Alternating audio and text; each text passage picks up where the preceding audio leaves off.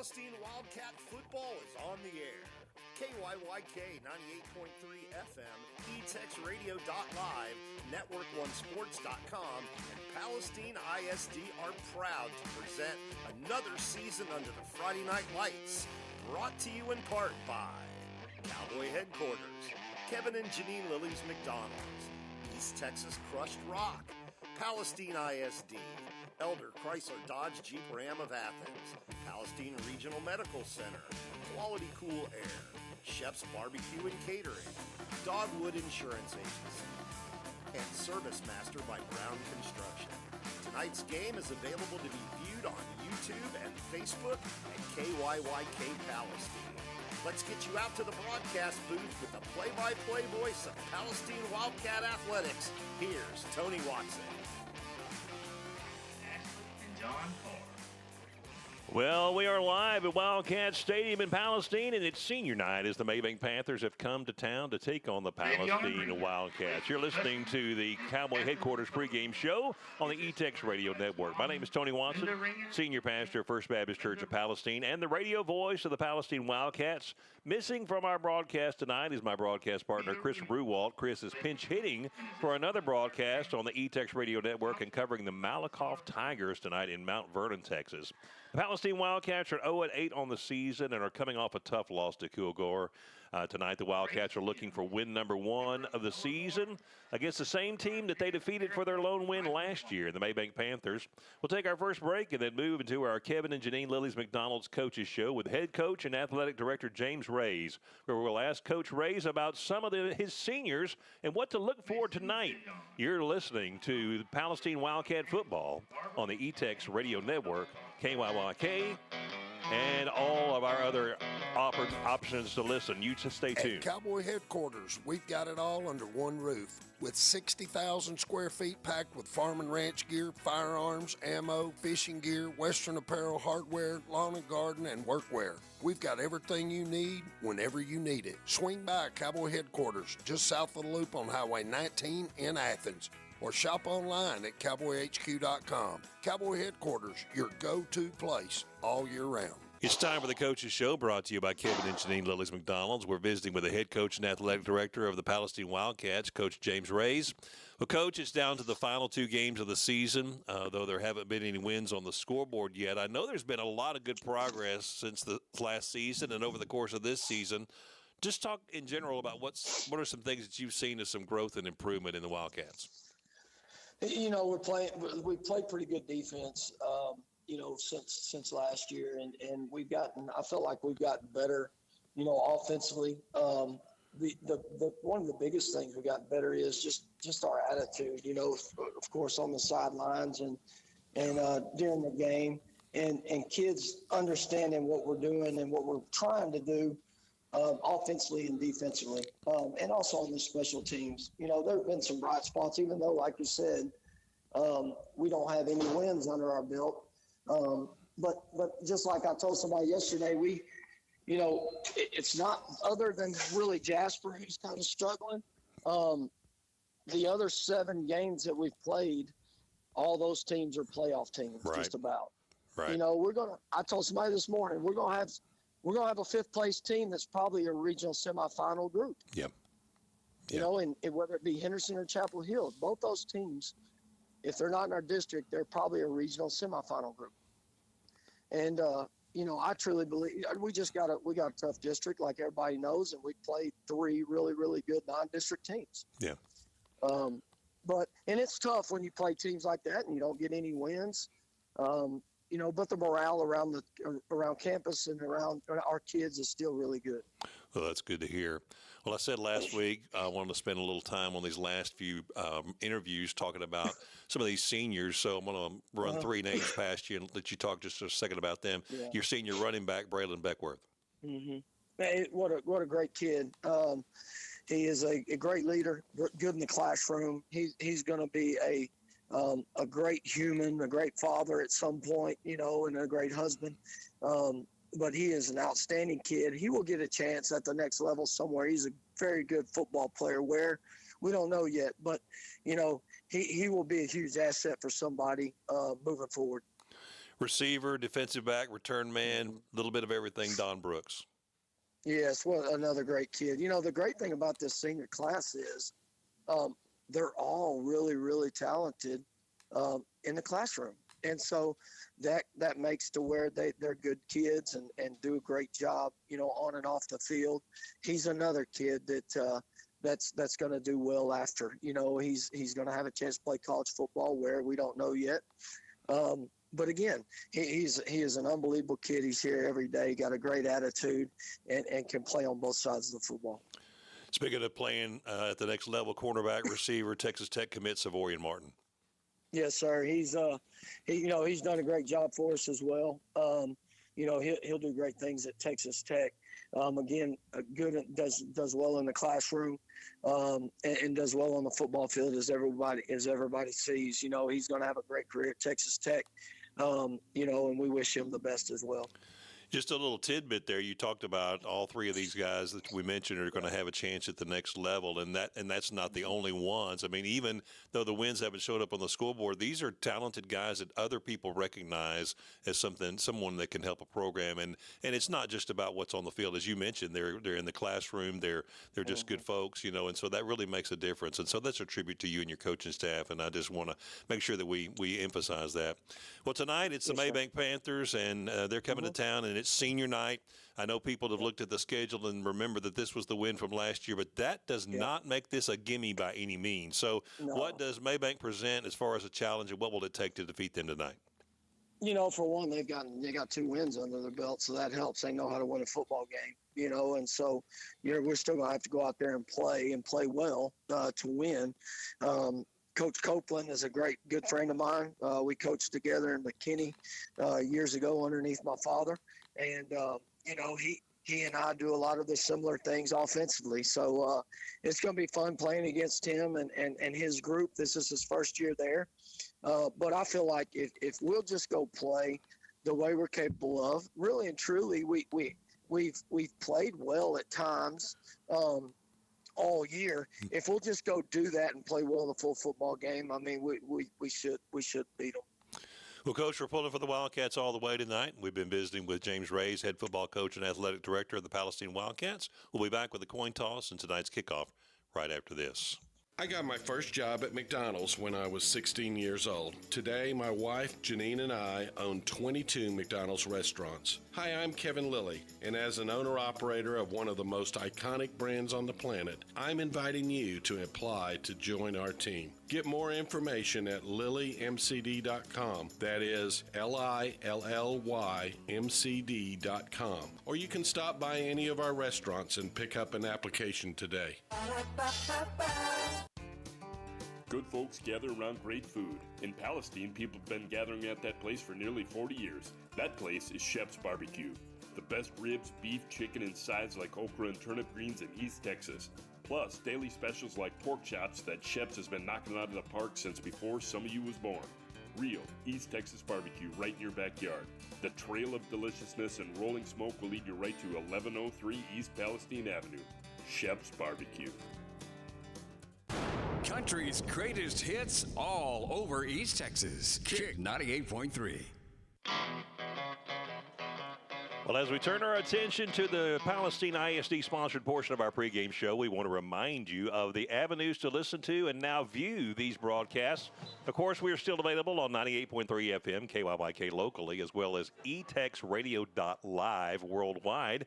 We're also available by live video stream on YouTube. Now, our YouTube channel has changed this week. We had some gremlins get into the system last week, and the page disappeared. And so here we are back. We're at Palestine Wildcats. So if you go to that search bar, type in at Palestine Wildcats, all one word, and then like and subscribe that. You can watch the broadcast here on YouTube, or you can go to the KYYK Facebook page. It's live there as well. We urge you to like and subscribe these and share these to all your social media outlets. Well, tonight is the 12th meeting between Palestine and Maybank in their history on the football field, with the first meeting coming during the 1994 season.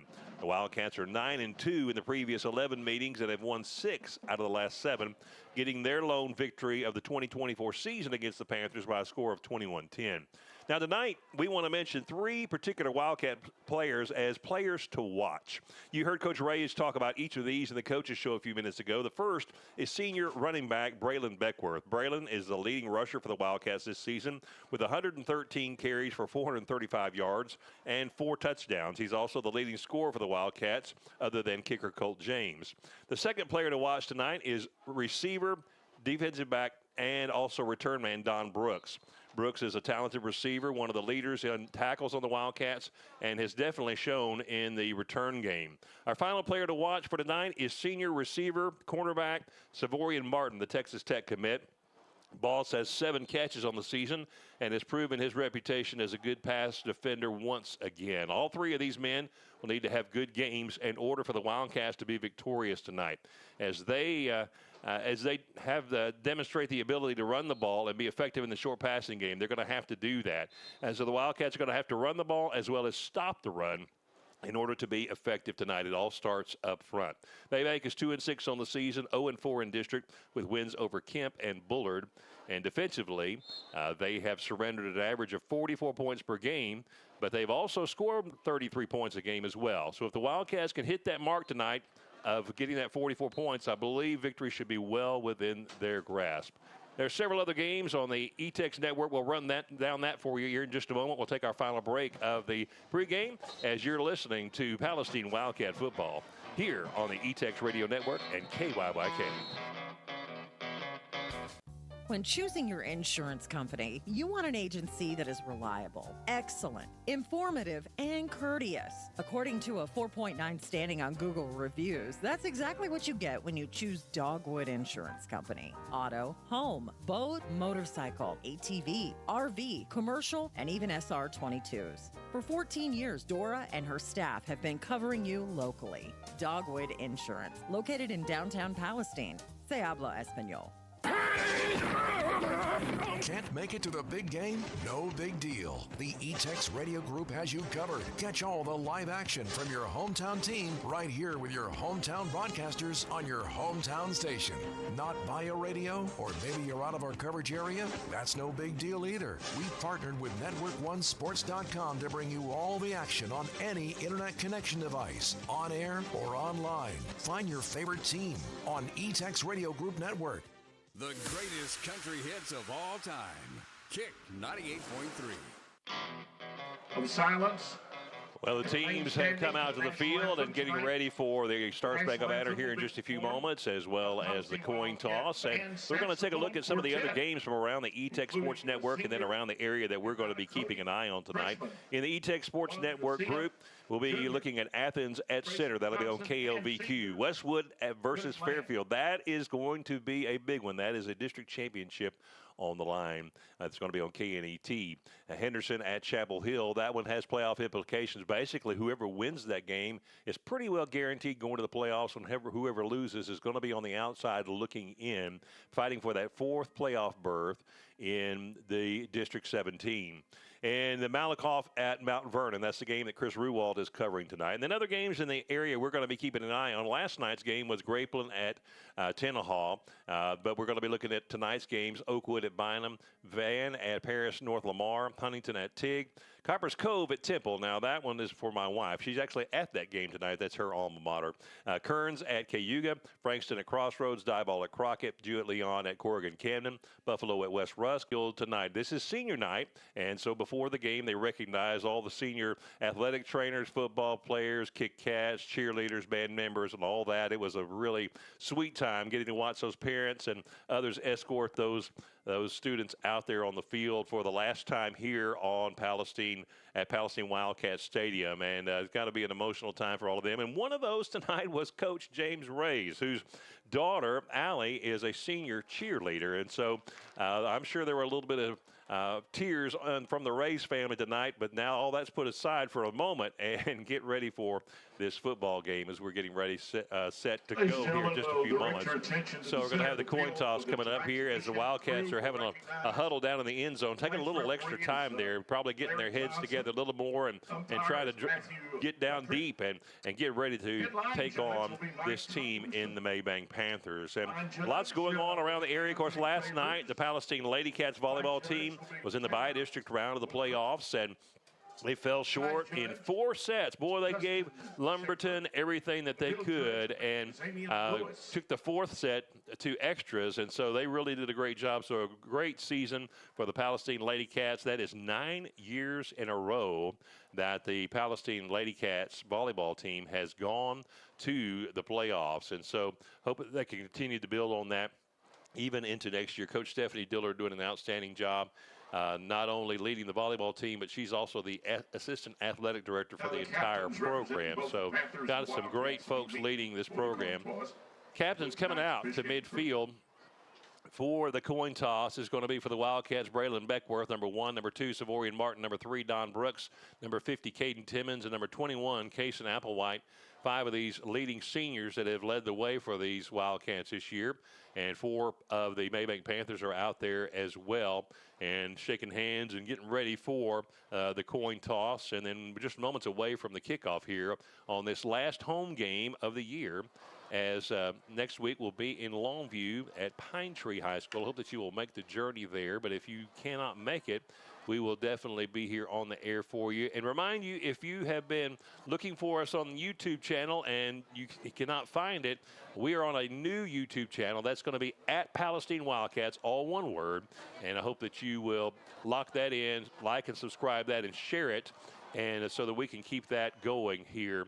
And we love having the video. Our video director, George Sorrell, doing an outstanding job getting those graphics up there for you. And Zakayla Ashford, our camera lady, is doing a great job as well. So they're having the coin toss now, and the official's going to give it to us. It looks like Maybank is going to be receiving. So the Wildcats will put the defense out on the field first. The Palestine Wildcats defense will be out on the field first, and so we'll introduce them to you in just a moment, the starting lineup for the Palestine Wildcat defense. And so let's take a look at that right now. Palestine Wildcat defense will look this way. Across the defensive line at defensive end, number 21, senior Kason Applewhite. At defensive tackle, number 56, junior Kenneth Ofushene. At defensive tackle, number 54, senior Ethan Thomas. At defensive end, number 0, junior Excel Obrigbo. At middle linebacker, number 32, sophomore Elliot Buckler. At linebacker, number 8, senior Jeremiah Carr. At linebacker, number 22, Micah Tanksley. At cornerback, number 2, senior Savorian Martin. At cornerback, number 3, senior Don Brooks. At safety, number 5, junior Ashton Cook. And at safety, number 19, senior Cohen Thomason.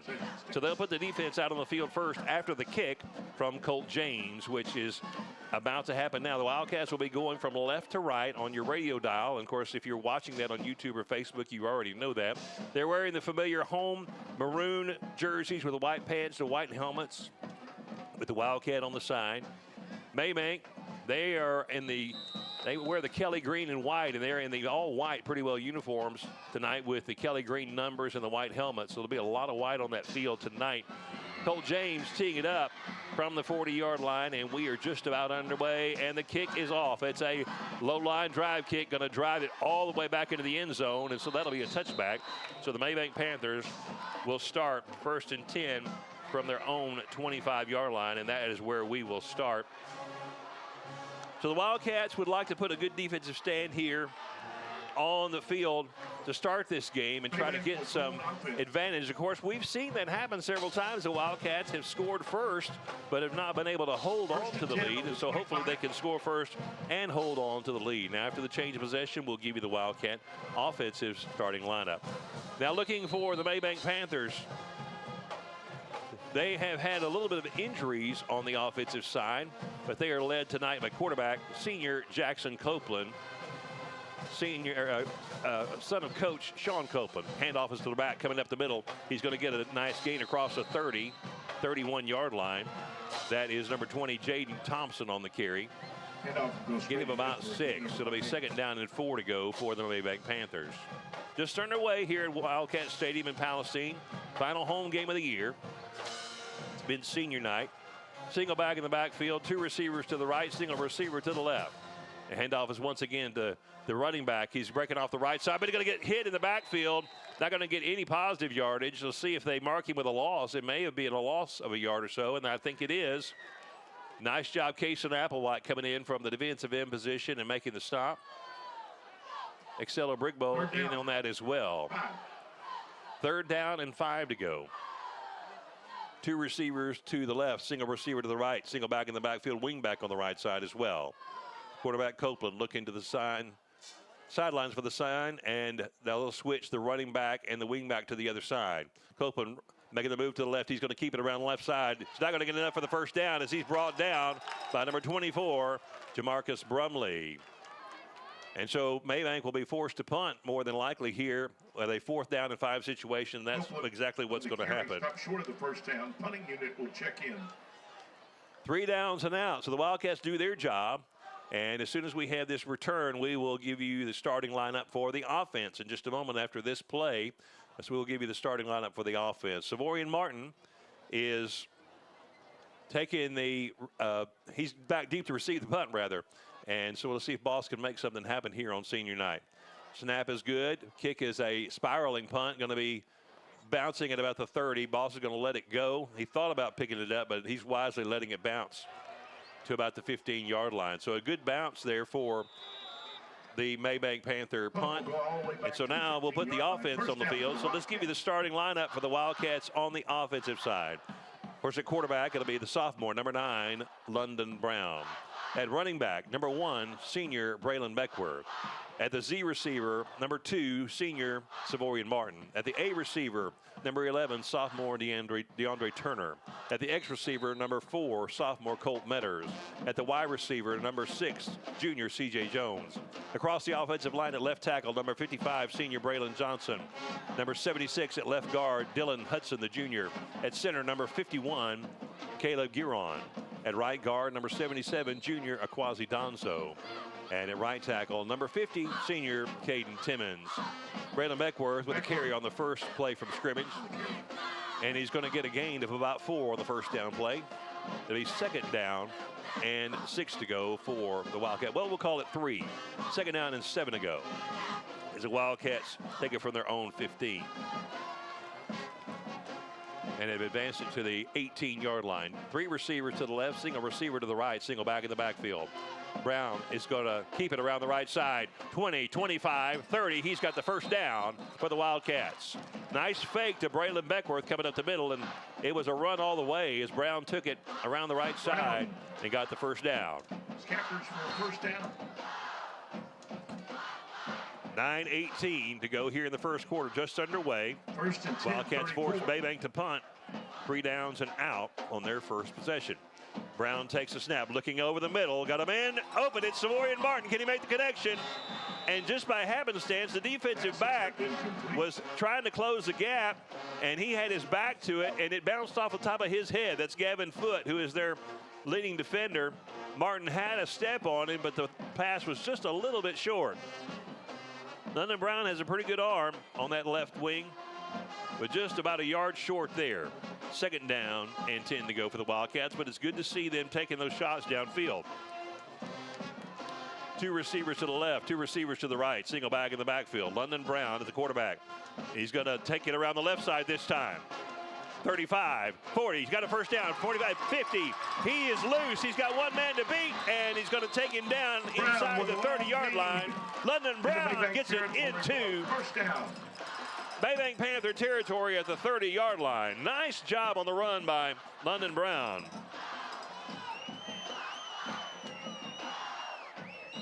First and 10 for the Wildcats. London Brown has proven to be a pretty dangerous weapon back there. Once he can harness all of that, he's going to be someone to watch over the next couple of years.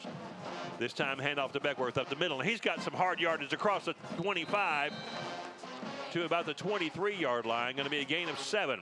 Braylon Beckworth is pretty tough running through between the tackles. And they coming up the line quick, trying to hurry it up. Gain of 6. Beckworth is going to take the fake, and Brown going around the right side, cutting it up the middle. 15, 10, and it's another first down for London Brown and the Wildcats.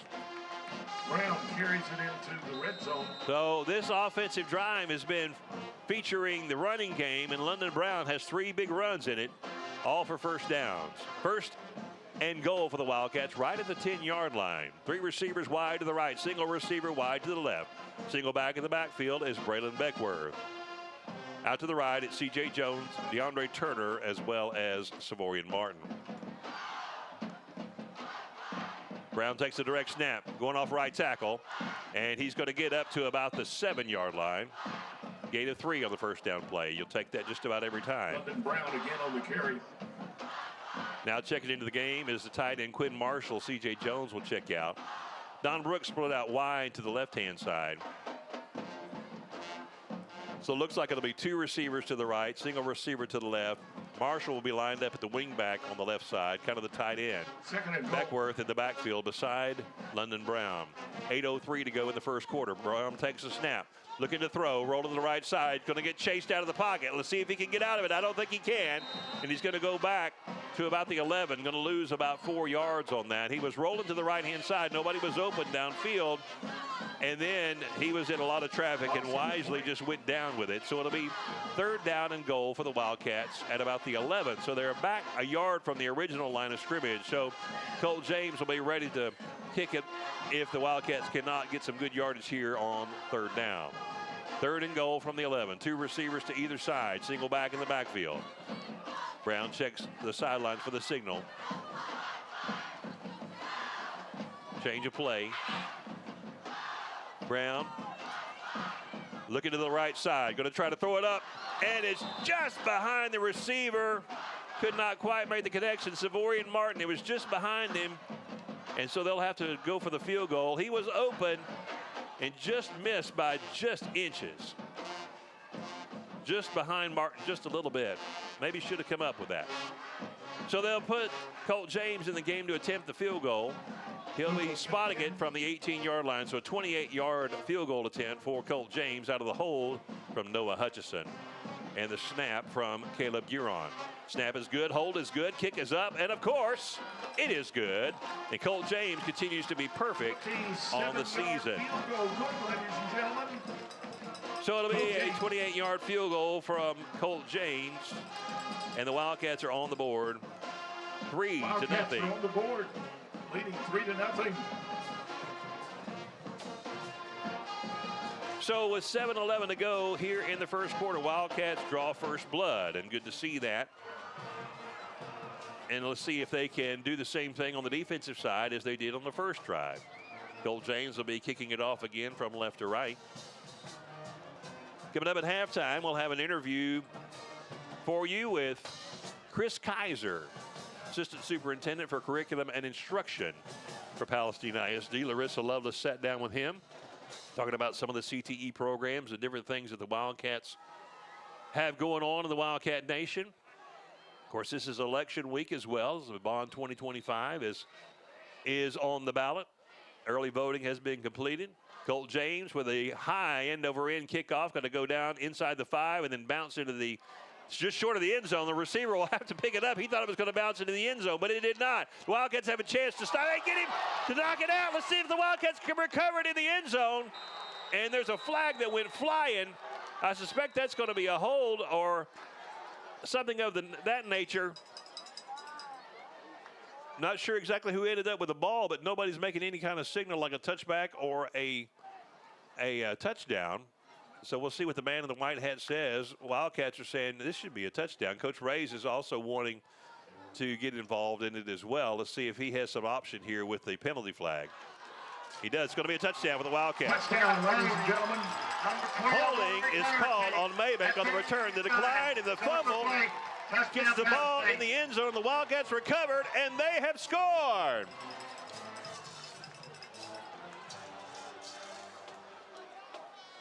So they add to the points now, and Colt James back out of the field, this time for an extra point.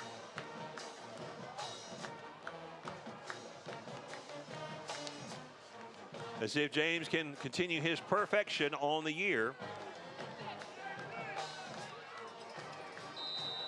He's 13. Well, we got to have the center out there. For some reason, he was not out on the field.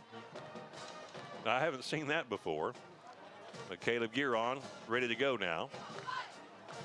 James is 13 for 13 from extra points, and now he is 14 for 14, and he's 3 for 3 on field goals. He's perfect on the year. Colt James puts it through, and the Wildcats now lead it 10-0. Wildcats getting it going in a good way here. Now they'll kick it off one more time and see what happens with this kickoff. The last one, Colt James just put it perfectly in between the 5 and the goal line. The kickoff return man thought it was going to bounce into the end zone, and that was a normal thing to think. And Bryson Morris then had to kind of scramble to try to recover it, and as he leaned over to get it, it squirted out of his hands, and the Wildcats fell on it in the end zone. So the Wildcats leading this one 10-0. Colt James teeing it up on the 40-yard line on the far hash mark. 2 men back deep to receive it for Maybank. Colt James, end over end kick, going to bounce inside the 5. This time it does go in the end zone, and so Maybank will take it from their own 25.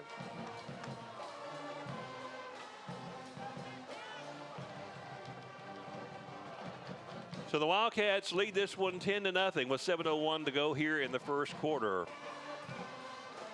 When Coach Reyes went out there to talk to the referee, he probably had several things on his mind that could be, and then he was definitely excited when they told him it was a penalty on Maybank, and if they would decline it, they could get the touchdown. Two receivers to the right, single receiver to the left-hand side.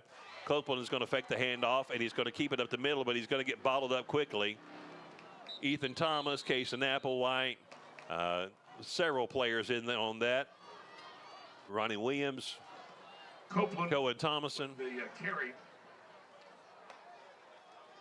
No gain. So it'll be no gain on the play. Maybe a gain of a yard. 2nd down and 9, we'll call it. 2nd down and 9 to go. 6:30 to go in the first quarter. Wildcats lead at 10-0 if you're just tuning in. Two receivers to the right, single receiver to the left. Man goes in motion, and he takes the handoff coming around the left side. And he's bottled up at the line. Jamarcus Brumley and company take him down. First hit was made there by Elliott Buckler, the sophomore linebacker. Going to take it back the ball carrier to the 23-yard line.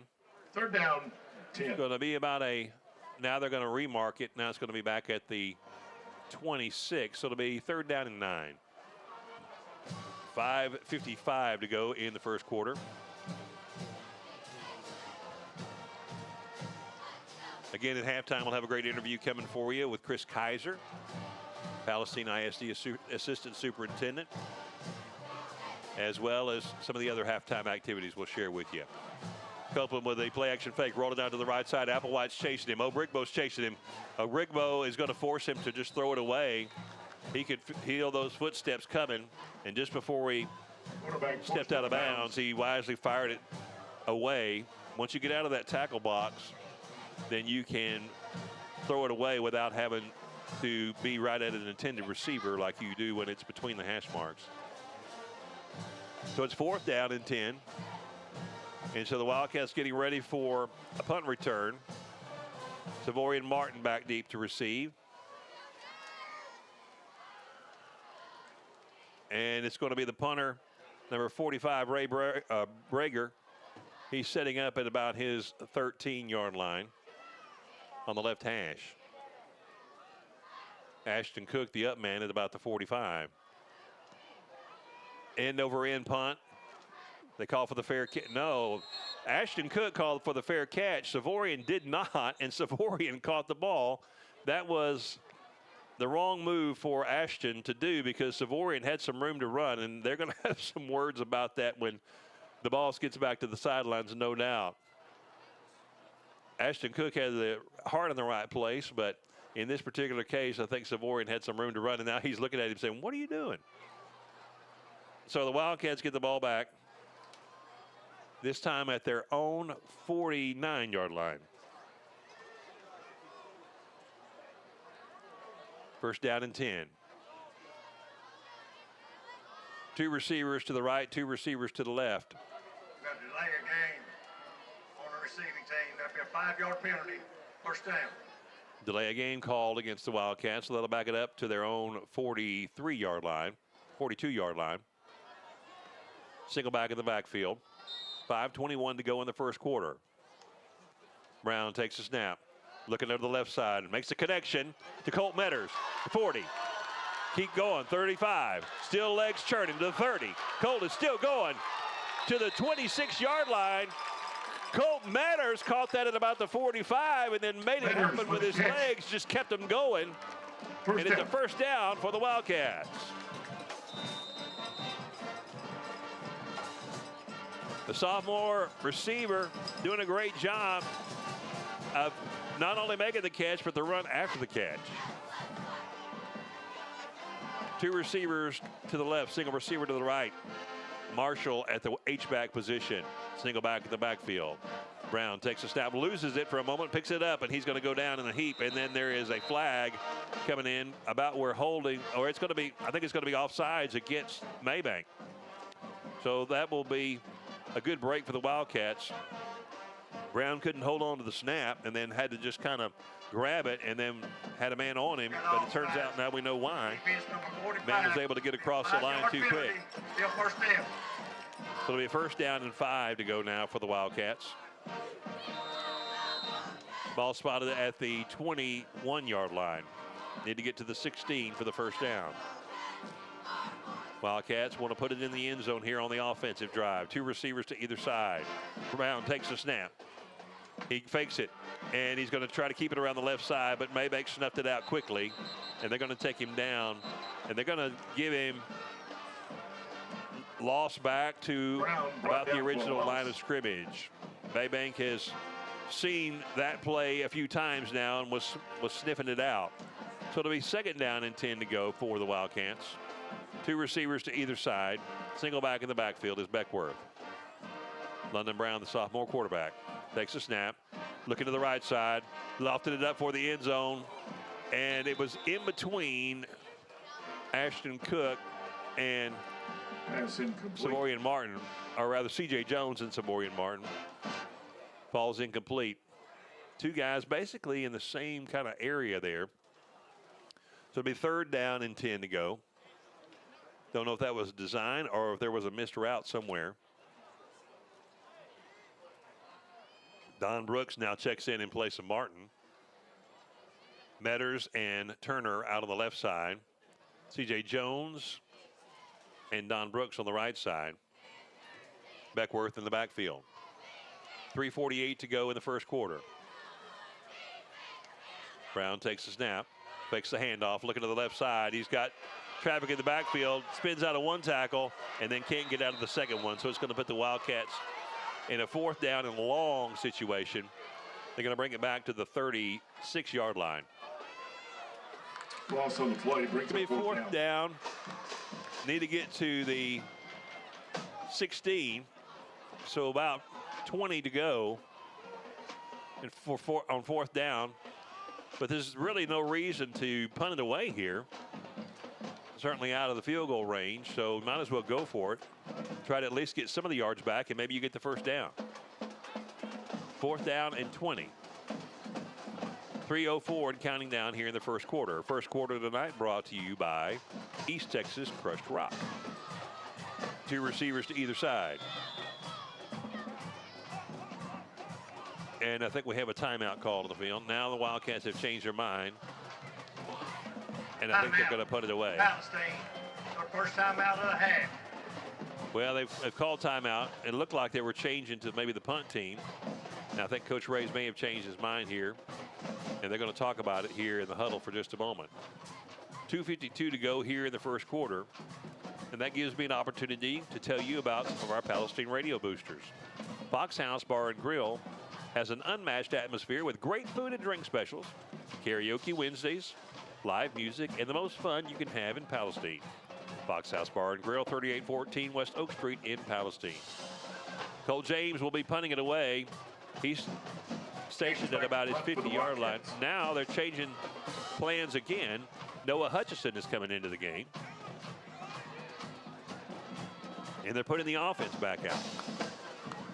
So maybe the design was to confuse the Maybank Panthers. No. Colt James is going to attempt a 54-yard field goal.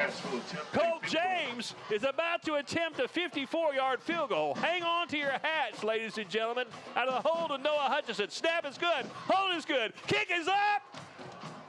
And it's going to be a little bit short and off mark, and the receiver's going to take it in the end zone and try to bring it out.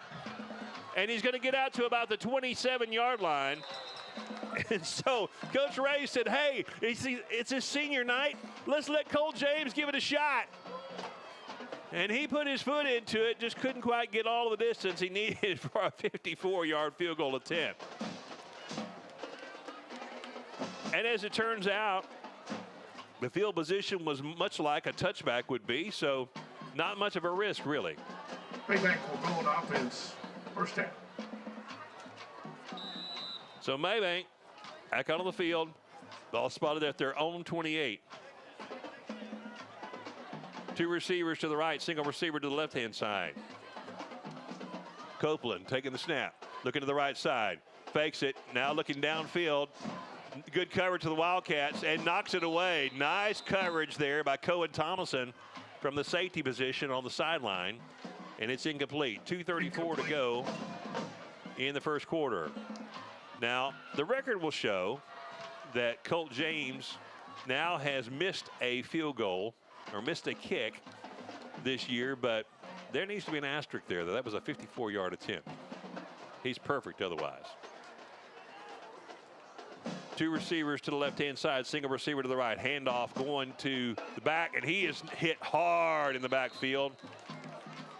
That was Savorian Martin making the big hit on Jaden Thompson. Going to be a loss on the play. Bring it back to about the 24-yard line. Need to get to the 38. So 3rd and 14 to go for Maybank. Wildcats can force Maybank into a punt again. They have had to punt on every possession where they've had the offensive drive going. The other exception was when they muffed the kickoff and went into the end zone, and the Wildcats recovered it for a touchdown. Copeland dropping back, looking to the left side. Now focusing over the middle. He's got a man open, and it was led him just a little bit too much. Savorian Martin out there on the coverage. Khalil Davis out there on the coverage, man on man. Khalil had him covered like a blanket. The intended receiver was Wayne Langford. And so credit Khalil Davis for a good job on defense there. And the Wildcats will take over after the punt. Ashton Cook back to receive it now. So now he'll be actually in charge of the fair catch signals. Barger back at his own 12-yard line, takes a snap. Kick is a high spiraling punt, going to be taken at the 35-yard line by Cook. 40, 45, got a little seam to run. 50, 45, 40, cutting back. Now he'll go down just short of the 35-yard line. Great return from Ashton Cook. Going to be about a 25-yard return. And so the Wildcats will take it over at Maybank's. They will spawn it at the, looks like the 38-yard line. No. May have a penalty flag down as well. We do. Personal foul. Blindside block. Number 32 on Palestine. It'll be a 15-yard penalty. First down. That was a blindside block called against Elliott Buckler by referee Larry Johnson. And so that'll be penalty assessed against the Wildcats on the return. Savorian Martin had a towel get out of his, loose from his, that was tucked in his pants, and he ran over to get it while they were marking off the penalty yardage. And so that'll bring it back to midfield. And the Wildcats will take over on offense. London Brown at the controls. Takes a snap. Looking to the right side. Downfield. Looking for Brooks. Trying to get it over his shoulder. And it was just to let him a little bit too much. And Braylon Johnson's helmet comes popping off on the offensive line. And it'll be 2nd down and 10 to go. In the college game, or the player has to come out of the game for a play if the helmet pops off. Quinn Marshall checking in. And C.J. Jones will check out. Wide on the left-hand side is Jaden Oliver and DeAndre Turner. On the right side is Don Brooks. Single back in the backfield is Braylon Beckworth, and the H-back is Marshall on the right side. Brown, and they'll stop the play before it gets underway. Penalty flag going to be a false start against the Wildcats. 1:29 to go here in the first quarter. The Wildcats lead this one 10-0. Had a field goal on the first offensive drive and then recovered a fumbled kickoff into the end zone for a touchdown. Now they're trying to get an offensive touchdown on the board. But right now, looking at his 2nd and 15. Ball spotted at their own 45-yard line. Wildcats had a great punt return from Ashton Cook, had a penalty on the return, then another penalty box backs it up. Brown, play action fake, gets it out of the wing to Marshall. He's hit in the backfield, going to go down for a loss of about 3. Marshall hasn't had a lot of opportunities for receptions this year. And this time he makes the catch, but he was greeted immediately. 3rd down and 18 to go. See what the Wildcats choose to do here. 2 receivers to the right, C.J. Jones and Don Brooks. On the left-hand side, DeAndre Turner, as well as Well, London Brown dropping back, looking up the middle. Now he's going to have to run it himself. Looking for some help, can't find any. And he's going to get a little of the lost yardage back, but it's going to be well short of the first down. The Wildcats will be forced to punt it away. Fourth down. Colt James has been the busiest man on the field tonight. He was on the field when the Wildcats got the touchdown. Was able to attempt a 54-yard field goal. Fell a little bit short and wide.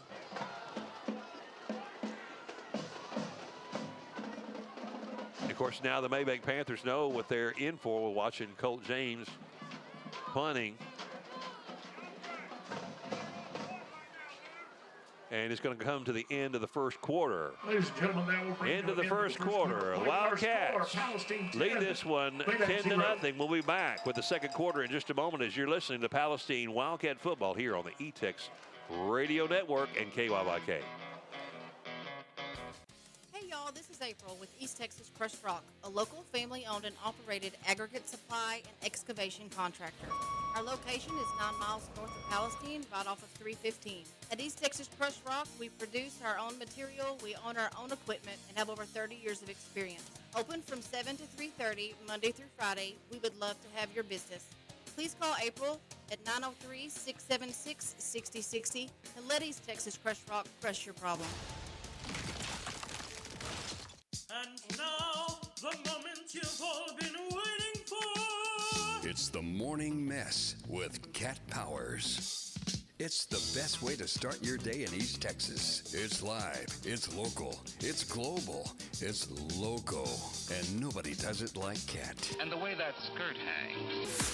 Special guest, community news, and information you can use. The Morning Mess with Cat Powers is brought to you by Bevo's Butchery and Bistro in Mont Alba, Trinity Valley Community College, and The Hendo. KYYK Palestine, country's greatest hits, all part of the E-Tex Radio Network. Kick 98.3. Colt James was able to get the high snap that was going over his head, grabbed it with one hand, pulled it down, got the punt off, and it took a high bounce, and the Maybank return man took it at the 15-yard line and was greeted by 3 Wildcats right away, and so he got no return on the play. So now we go to the second quarter of action, and Maybank will take it from their own 15-yard line. Maybank has yet to get a first down tonight. Hand off to the back. Thompson coming through. He's going to get close to first down yardage. Just as I said that, he may have gotten enough for the first down on that play. And they're saying move the chain. So the running back, Jaden Thompson, gets 10 yards on the carry. And it'll be enough for Maybank first down. 2 receivers to the right, single receiver to the left. Thompson gets the carry once again, and he gets hit hard by Ashton Cook after a gain of 8. And Ashton leveled him pretty good, but he did get 8 yards of and 4 yardage on the play. Second down and 2 to go for Maybank. Second down, 2. 2 receivers to the right, single receiver to the left, single back in the backfield, wing back on the left-hand side as well. Copeland takes a snap. It's a play action fake, rolling around on the left side. He's chased in the backfield. And he's going to get tackled after a short gain, maybe got a yard. Chasing him back there was Elijah Miller. He was on him from the very beginning. So now it'll be third down and about 2 to go. Maybe 1 yard. Third down and 1 to go. See if the Wildcats can make a stop here and force Maybank to punt it away again. Copeland trying to draw the Wildcats offside. Wildcats not going for it. 2 receivers to the right, single receiver to the left-hand side. Single back in the backfield. H-back on the left side as well. That's a pretty consistent formation Maybank uses. Moves the back now to the left-hand side. Look for the run to go to the left side. Copeland takes it, hands it off to Thompson. He goes up the middle, gets 3 forward yardage for a first down and more. And gets close to midfield. Wildcats think there might have been a fumble. Let's see what the officials have to say about it. First down. And they're saying it's a first down for Maybank. So they get 2 first downs on this drive. Maybank's putting something together now, with the Wildcats leading at 10-0. Ball is in Palestine territory at the 48. Maybank. Copeland hands it off to Thompson. Gets across the 45 to about the 43. About a 5-yard gain on the first down play. So Wildcats have been susceptible to the run a little bit throughout this season and have certainly shown a little susceptibility here on this drive. 2nd down and 5. Copeland handed it off to Thompson. This time he slips and can't get any yardage going. And Thompson's going to go down after losing about a yard. Or gaining a yard, rather. 3rd down and 4. 3. 2 receivers to the right. A weird-looking formation. And quarterback's going to keep it, trying to get around the right side, and he's not going to get it. They lined up with kind of a split formation, had most of the linemen over on the far left side. A couple of linemen split apart by about 10 yards. And Copeland took the snap, but the Wildcats weren't divided enough to get too much taken, but Copeland gets enough yardage for the first down. Sean Copeland is the Maybank head coach. He and Coach Ray's, if you didn't hear the pregame show, coached together as assistant coaches under Coach Ray's father years ago at McKinney. Hand off to Thompson, going around the right side. He's got room to run, 30, 25, 20. He's got one man to beat, and Khalil Davis brings him down inside the 10-yard line at about the 8. So Thompson's been pretty effective here on this drive. Caden Thompson brought down from behind. First down, Maybank. 1st and goal at the 8. 2 receivers to the left, single receiver to the right. Thompson gets the carry up the middle. He's going to get in for the touchdown. Jaden Thompson goes in for a Maybank touchdown. Thompson with the touchdown.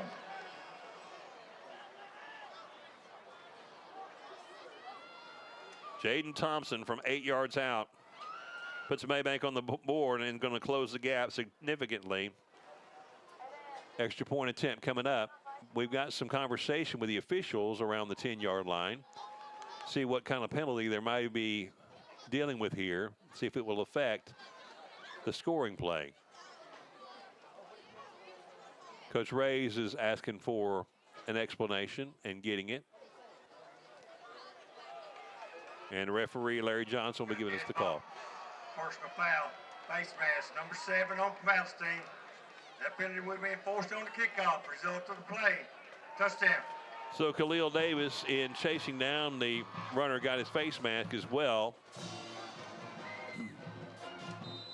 So it's going to be assessed on the kickoff. The touchdown play is good.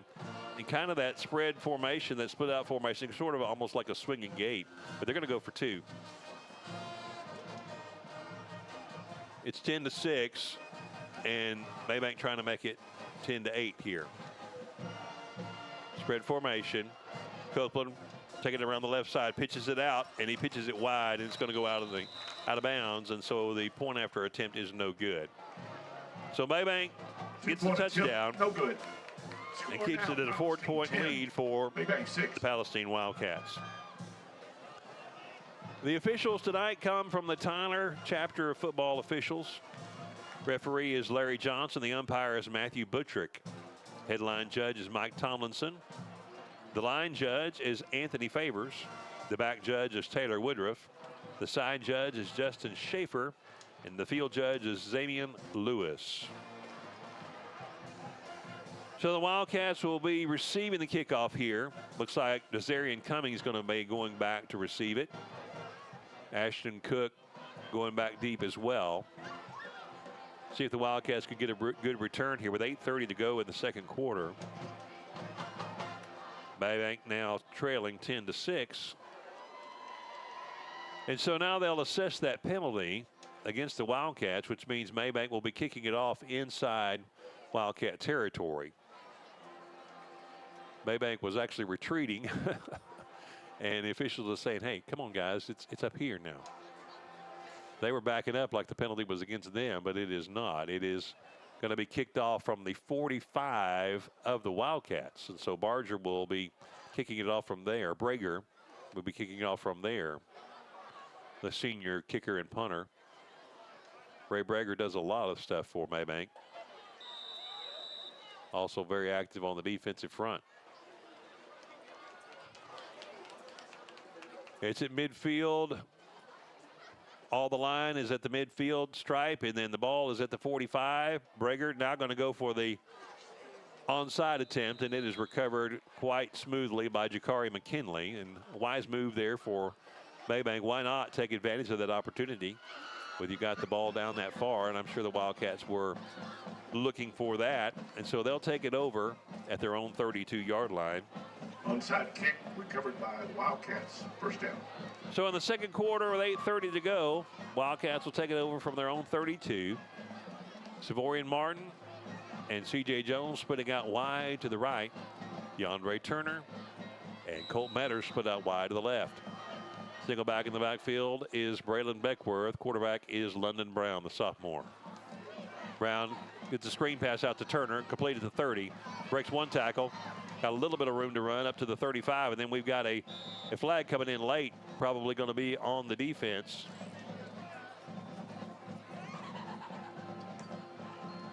And it's going to be up to Coach Ray's where he takes the yardage or not. I suspect it's going to be a face mask or something of that order. We'll wait till Larry Johnson gives us the signal.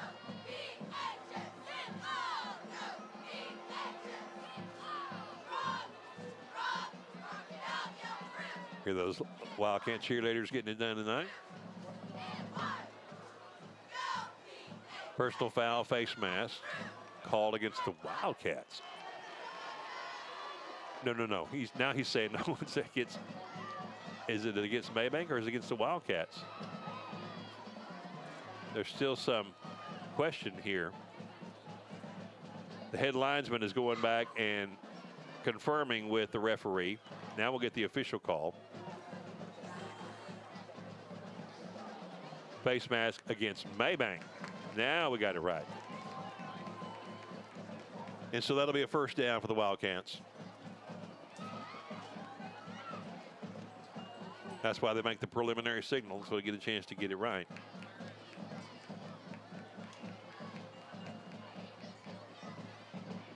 So they'll step off the penalty yardage, and it'll bring it up to inside Maybank territory at the 48.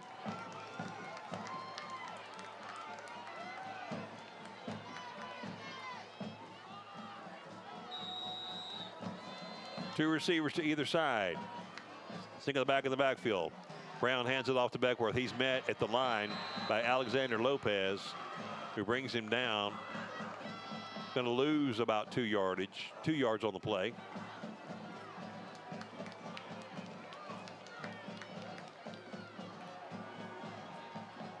Loss of 2 on the play. Second down and 12. Desarian Cummings will check in now in place of Beckworth.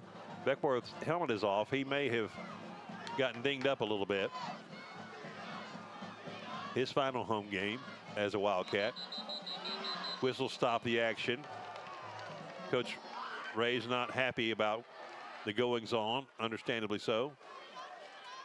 Looks like it's going to be illegal procedure against the Wildcats. So 5 yards tacked on after the loss on the previous play. It'll bring it up to second down and about 17. Two receivers to either side. Single back in the backfield. Brown looking to pass downfield. He gets the quick pass out to Turner at the 50, 45, 40. Nice gain from Turner. Is going to be close to the first down yardage, and looks like he's going to get it. Pass complete to Turner. And they're going to move the chains. All right. Great job by Brown getting it out quickly to Turner, and great job by Turner running after the catch. 38. So they'll stop the clock with 7:21 to go in the second quarter. Two receivers to either side. Single back in the backfield. Brown looking down the left side to pass it. Got the man over the middle. Colt Metters was open, and he overthrew him. Colt was open at the hash mark at about the 18-yard line and would have probably had a good chance to go for 6. And would have hit him on the run, but it was just over his head just a little bit. London is just a little bit off on some of these passes. Once he gets that locked in, he is going to be pretty dangerous in the years ahead. excited about the future with this young man at the controls. 2 receivers to either side. 2nd down and 10. Brown with the RPO. He's going to keep it 40, 35, and goes out of bounds. And there's a flag coming in late. Going to take him out at about the 38-yard line. Let's see what the penalty flag is. I'm anticipating it being on the defense. Let's see what Mr. Johnson, he says waving off the flag. No flag at all. And he's explaining it to Coach Ray's. I'm not sure what the call was originally, so I'm not sure how to share with you what the explanation would be. Coach Ray's is asking for some clarification from the head linesman. One thing you could say about James Ray's is he is defending his kids all the time.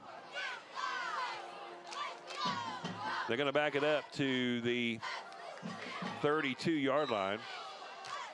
So it'll be 3rd down and about 4. 2 receivers to either side stacked.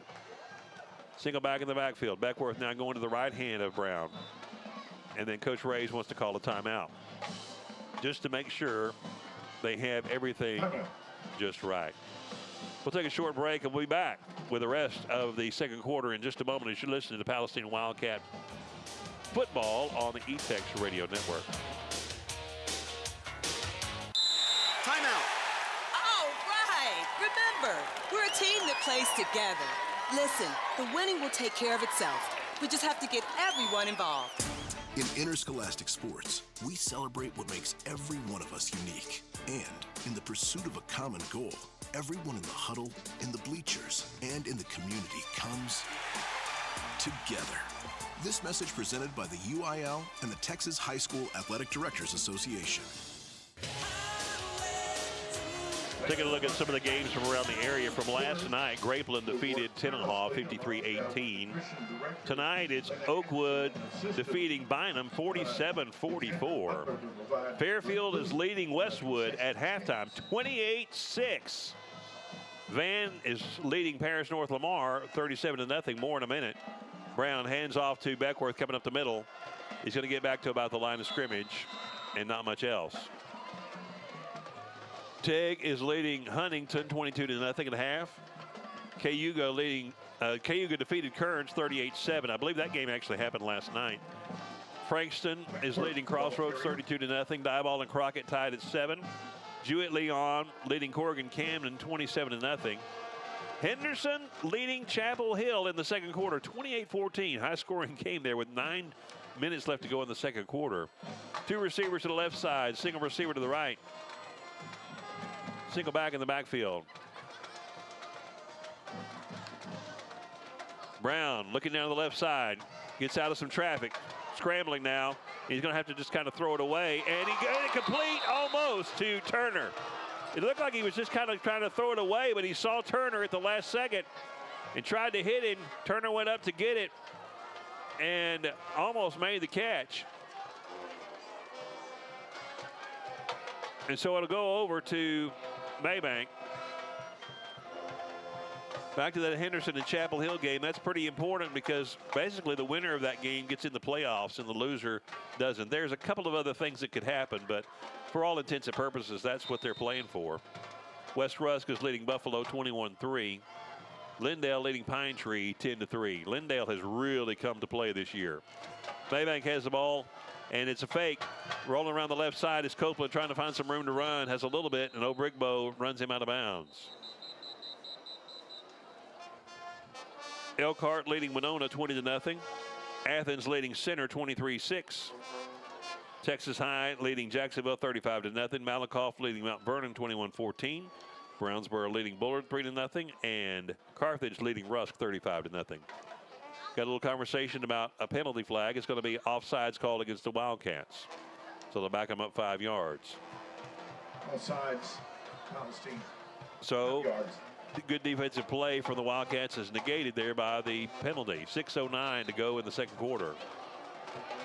2 receivers wide to the left, single receiver wide to the right. Single back in the backfield. wingback on the left-hand side for Copeland.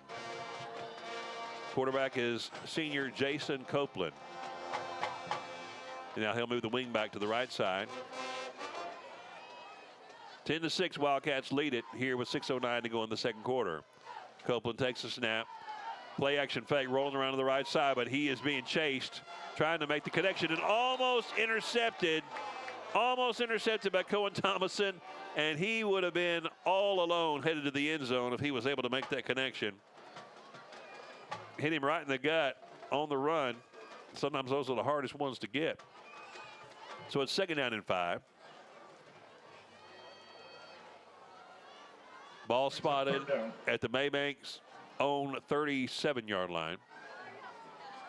Need to get to the 42 for the first down. 2nd down. 2 receivers to the right, single receiver to the left, single back in the backfield, wing back on the right side. Copeland takes a snap, hands off to Thompson off the left tackle. He's got a little room to run, going to get close to the first down, and I think he's going to get it. Thompson has done a good job. He kind of bottled up on the first drive and then started to find his rhythm a little bit. Running between the tackles, he's pretty solid. So they'll move the change up to the 42-yard line. 1st and 10. Just under 6 minutes to go in the second quarter. 2 receivers to the right, single receiver to the left. Copeland rolling the right side, is going to keep it. Wildcats chasing him. Missed a tackle. Then some others come to finish it off. Savorian Martin had a chance to get him for a loss and couldn't take him down. But then Bucklair and Obrigbo and Tamarcus Brumley come in and finish it off. And he's going to get back to the line of scrimmage, but that's about it. 2nd down and 10 to go. So we'll keep an eye on some of these games that we've been mentioning. Some key matchups here in the next to the last week of the season. Handoff to Thompson. Going to get some short yards across the 45 to the 46. Gain of 4. You know, the way they do this now, since everybody has an off week, there's 11 weeks of the season to get 10 games in. They call this week 11, week 10, but I still look at it as week 9 because it is our 9th game. 3rd down and 6 to go. 2 receivers to the left, single receiver to the right. Single back in the backfield. Jason Copeland calling the signals. Looking to the left side, rolling out, trying to pass downfield. Ashton Cook on the coverage. Could not make connection with the receiver. It'll be 4th down and 5. Let's see what Maybank chooses to do here close to midfield. Still plenty of time left in the half. Looks like they're going to go for it here. They're going to put in that, I'm going to call it a swinging gate formation. That's not really what it is. I don't know what you call it. Looks like something you'd see in 6-man a little bit. You got 6 players on one side of the field, divided by the hash mark, and then at the hash mark, you got another 5 that are kind of spread out. They have the right number of people across the line, and then waiting for Coach Copeland to tell them what they're going to do. They were looking for something in the defense, and if they don't get it, they call a timeout. And so I suspect we're going to see a punt after this timeout. 4:23 to go here in the second quarter. At halftime, we'll have a great interview for you as Larissa Lovelace sat down with PISD Assistant Superintendent for Curriculum Instruction, Chris Kaiser, talking about some of the programs PISD has going on. Of course, the big bond election is happening now. Early voting has been completed, and now Election Day is on Tuesday. So I urge you to get out and vote, whatever your conviction is, on all myriad of issues. But certainly, if you reside in the Palestine ISD, we want you to make your voice known. Looking forward to Wildcat and Lady Cat basketball and soccer. 4th down and 6, and let's see what Maybank chooses to do here. And they're going to punt it away. Ray Barger will set up to punt for the Panthers. Back deep to receive It's going to be Ashton Cook. Savorian Martin also drifted back there a little bit as well. He'll be the short man. Good snap. Kick is a short spiraling punt. Going to bounce at about the 38-yard line and go out of bounds. No chance for any of the Wildcats to return it.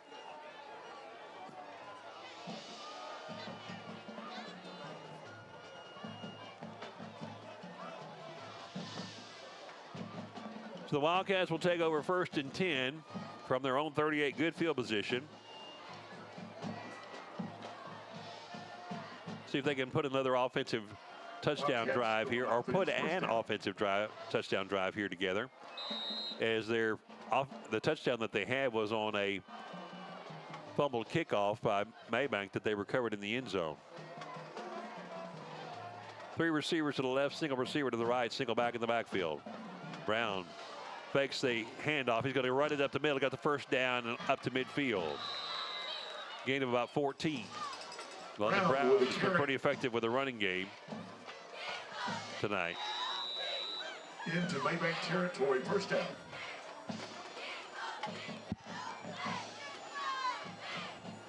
First and 10 in Maybank territory at the 49. Brown, quick outlet pass to the left-hand side. Makes the connection to Ashton Cook, or rather to C.J. Jones coming out of the backfield. I say coming out of the backfield. He was lined up as an inside receiver, basically coming out of the backfield. Gain of about 3. 2nd down and 7.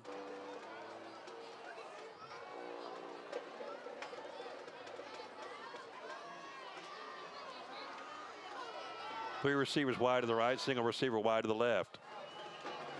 Single back in the backfield is Beckworth beside London Brown. Brown with a fake.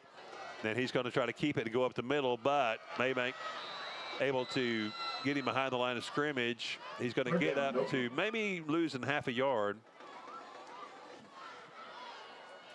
And it'll be 3rd down and long for the Wildcats. 3rd down at about 8. Less than 3 minutes to go in the 2nd quarter. Wildcats would love to get a touchdown drive here before the half. And they will also receive the 2nd half kickoff. 2 receivers to either side. Single back in the backfield. Back goes in motion. Now he'll get the screen pass, makes the catch to 50, up to the 45. Flag. I don't know if that's a flag or a towel. It was a towel that came out of Beckworth's possession. And he's going to get a couple of yards on the play. He's going to make it a 4th down and about 6 to go. Probably territory where the Wildcats will go ahead and go for it here with 2:09 to go in the 2nd quarter. Coach Reyes is talking with London Brown, and maybe they're going to call a timeout here, and they do. So the Wildcats call a timeout, and we'll take a timeout with them right quick, and we'll be back with the rest of the 2nd quarter. You're listening to Palestine Wildcat football on KYYK and the E6 Radio Network. The Fort Boggy State Park in Centerville has many great free programs for children and adults through the month of October. Starting with Moon Night on October 4th from 9 to 10 p.m., Reading with a Ranger on October 11th, and Boo at the Boggy on October 25th, starting at 5 p.m. with a trunk or treat, costume contest, and many more kids' activities. Follow Fort Boggy State Park on Facebook for all upcoming events. So as it turned out, the Wildcats will go ahead and punt it away here with 4th down and 6 to go. Colt James be trying to pin back the Maybank Panthers deep in their own territory. We're now at it wasn't a timeout actually called. It was the 2-minute timeout. Colt James with a spiraling punt going to be taken for the fair catch at about the 10. And so that's where Maybank will set up. 1st and 10 with less than 2 minutes to go in the half. And let's see if they can get a drive going together.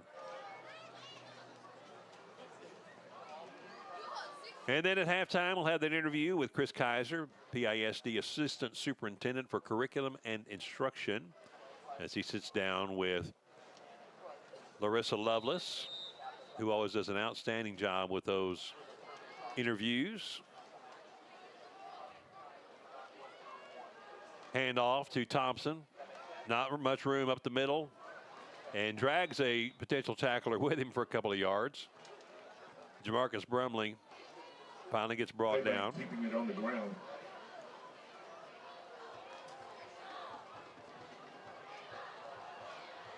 And he gets about 7 on the play. 2nd down and 2 to go. Maybank staying with a little methodical approach.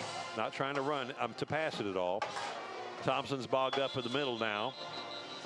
No gain on the 2nd down play. It'll bring up 3rd down and about 3 to go, maybe 2.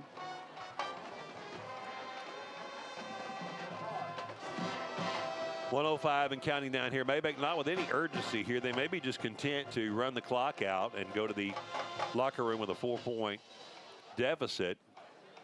Try to come out and do something in the second half. Of course, the Wildcats will have the ball to start the second half on offense. 45 seconds and counting down.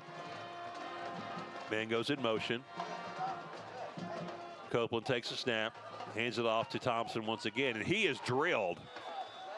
I mean, he was drilled right away. That's Elliott Buckler, the sophomore linebacker. He has done an outstanding job all year long, but certainly had a couple of big plays here tonight already. 4th down. No. It'll be 4th down and about a yard to go. Halftime score, Fairfield 28, Westwood 6. 33 seconds and the clock stops. And so Maybank will probably have to punt it away here. Timeout. Which means the Wildcats would have an opportunity potentially for a return.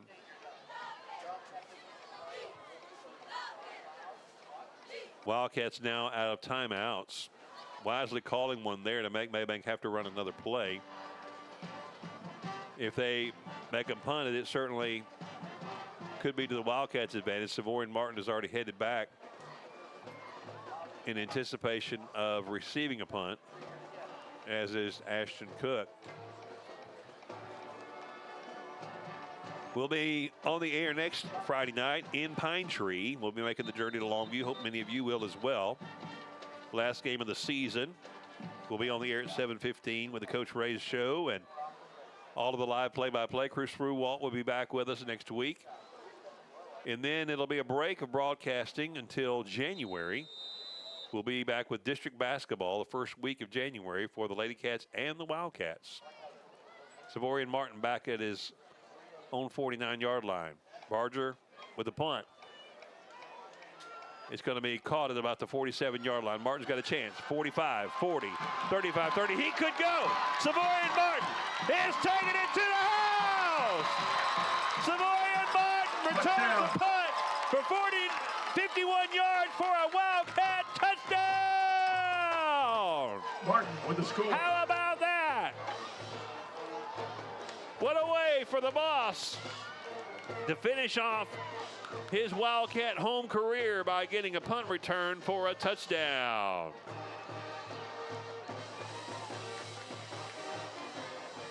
Savorian Martin from 51 yards out.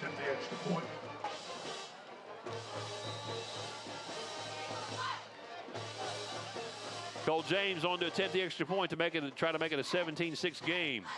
Kick is up. And of course, it's good.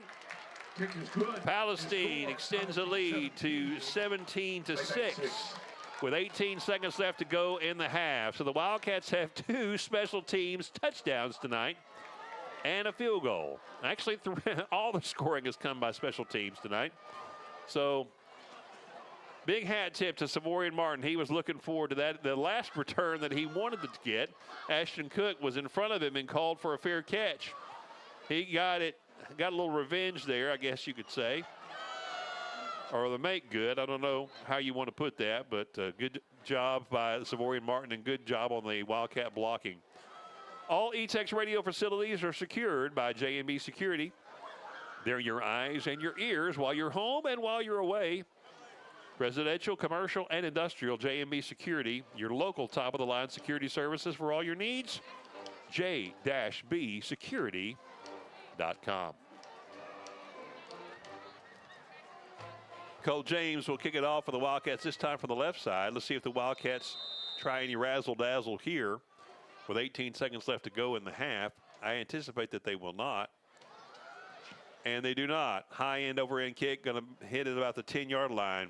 Return up to about the 18-yard line, and then Desarian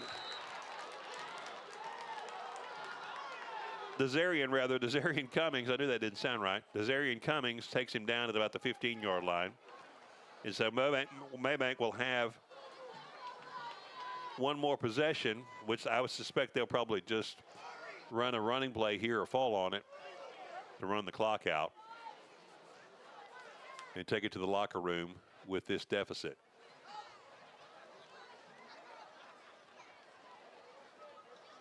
First and 10, two receivers to the right, single receiver to the left-hand side, or actually vice versa. And Copeland's going to hand it off to Thompson, going up the middle as we anticipate. To get hit hard at the line, Jamarcus Brumley and company take him down after about a 5-yard gain, and that's going to run the clock out for the first half. So the Palestine Wildcats take a lead to the half for the first time this year, leading 17-6 over the Maybank Panthers.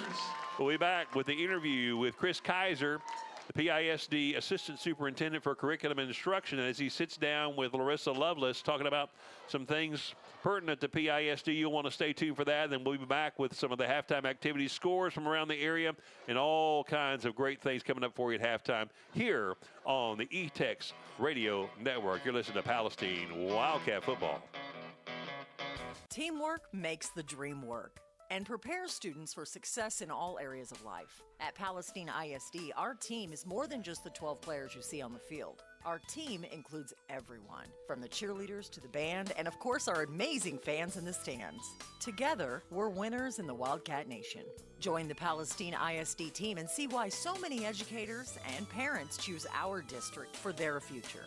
Palestine ISD, where teamwork makes the dream work, and every student matters. Good evening. This is Larissa Lovelace of the Wildcat Nation Halftime Show, and this evening I have with us Mr. Chris Kaiser. He's Assistant Superintendent of Instruction for Palestine ISD and has worked very closely with the Career and Technical Education Program at Palestine High School. Mr. Kaiser, thank you for joining us today, and give us a little insight, give us some history of the CTE program from when you arrived in Palestine ISD to where it is currently. All right. First of all, thank you for having me. I first came to Palestine, I think it was about 2014. The district was in the process of rebuilding the CTE program. We did have a few programs. I was able to come in with partnerships in the community and support of the board. We were able to add several programs for the school district. We feel like that we have kids that may be college-bound, we have career-bound kids, we have kids that are both. So we felt it was important to build both programs. So at the time, I think the state had recognized 14 different programs, and we may have had 2 or 3, possibly 4. As we came in and started working on it, we were able to build up to 14 of the programs. So everything that we could possibly offer, we did. And with each year, we analyze our CT programs to make sure they're still relevant. So we have community partnerships, community meetings, that really tell us what's needed within our community and really in the state of Texas. Absolutely, and that's so key. What you said, Mr. Kaiser, was that community link. And you know, as you said, in 2010 we started out with 3, maybe 4. You know, it was ag, it was maybe cosmetology, welding, those sort of things. And at that point, the space that we had, that building that was built in 1973, was adequate for that. Correct. And as we've expanded, talk a little about to our audience a little bit about how we expanded, how we've made use of that 1973 building and other spaces in the district. Yes, we have expanded, and really when you talk about the expansion, I think our biggest expansion is probably our nursing program. We have 2 or 3 classrooms in the building right now that kids are working in. We probably have, I would say, north of 200 students in our nursing program. It's been a great program for us. Our kids are excited about it, wonderful teachers. We have great community partnerships for kids to go out in internships and practicums. So it's really been a benefit for our kids, and we feel like that is certainly going in the right direction. Absolutely, Mr. Kaiser. And if I'm thinking about this correctly, we have 3 different instructors that are tied to that medical, nursing, dental program. We do. We have several teachers that specialize within each program. So we're fortunate to bring staff in that are experts in the subject, that are really giving our kids firsthand knowledge of what's involved as they get into the workforce. And likewise, they bring in community helpers as well that come in, do demonstrations and work, and then they do shadowing and all in some of the businesses in town or offices. We're very fortunate that we have people that will come in and work with our kids. And it's really basically boils down to a grow your own program. We're trying to grow our own within our community. We have a shortage in several areas, so people are willing to come in, trying to keep those kids local to provide services needed within our own community. Absolutely. You know, I'm just thinking off the top of my head of 2 or 3 dental offices in town, as well as some optometry offices that have, I know Dr. Jackie Rubakava, she was an alumni and had done some CTE work, and then I know as well, you know, we have several young ladies that work at some of the dental offices that have gone through the CTE program. And yes, it's a good investment, and I think, you know, something to be noted is what you alluded to is this is what our community told us through surveys and through communications way back prior to you even arriving in 2010 that they wanted us to be doing out there in that 44 acres of Palestine High School. That's correct. Mr. Kaiser, that not just inside that building, talk a little bit to our audience about Wildcat Acres and the industrial trades facility. Yeah, we have a fantastic industrial arts facility, wonderful, wonderful staff members in there that probably house, 300 or 400 kids a day. They're getting first-hand experience, lots of practicums out there, kids that like to work with their hands, they like to get dirty, and they are providing and producing great products. It's exciting to see the kids out there working from the time the bell rings to start. You have to kick them out to get them to the next class. So our kids are excited about that, the new facility. And when you go out to our, I'm going to call it our Wildcat Acres, our ag facility, that program is growing. We're just now getting in the season where pigs are going to be coming in. Kids are excited about that. Tremendous participation in that. Just another thing for kids to get involved in that are hands-on and that really teaches them responsibility. You got to get up early in the morning and take care of your animals.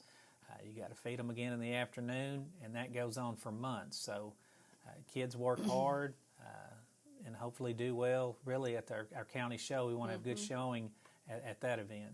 Well, and I think that Wildcat Acres kind of was born from the fact that we had so many kids living within the city who couldn't actually have cattle or sheep or pigs there at their homes.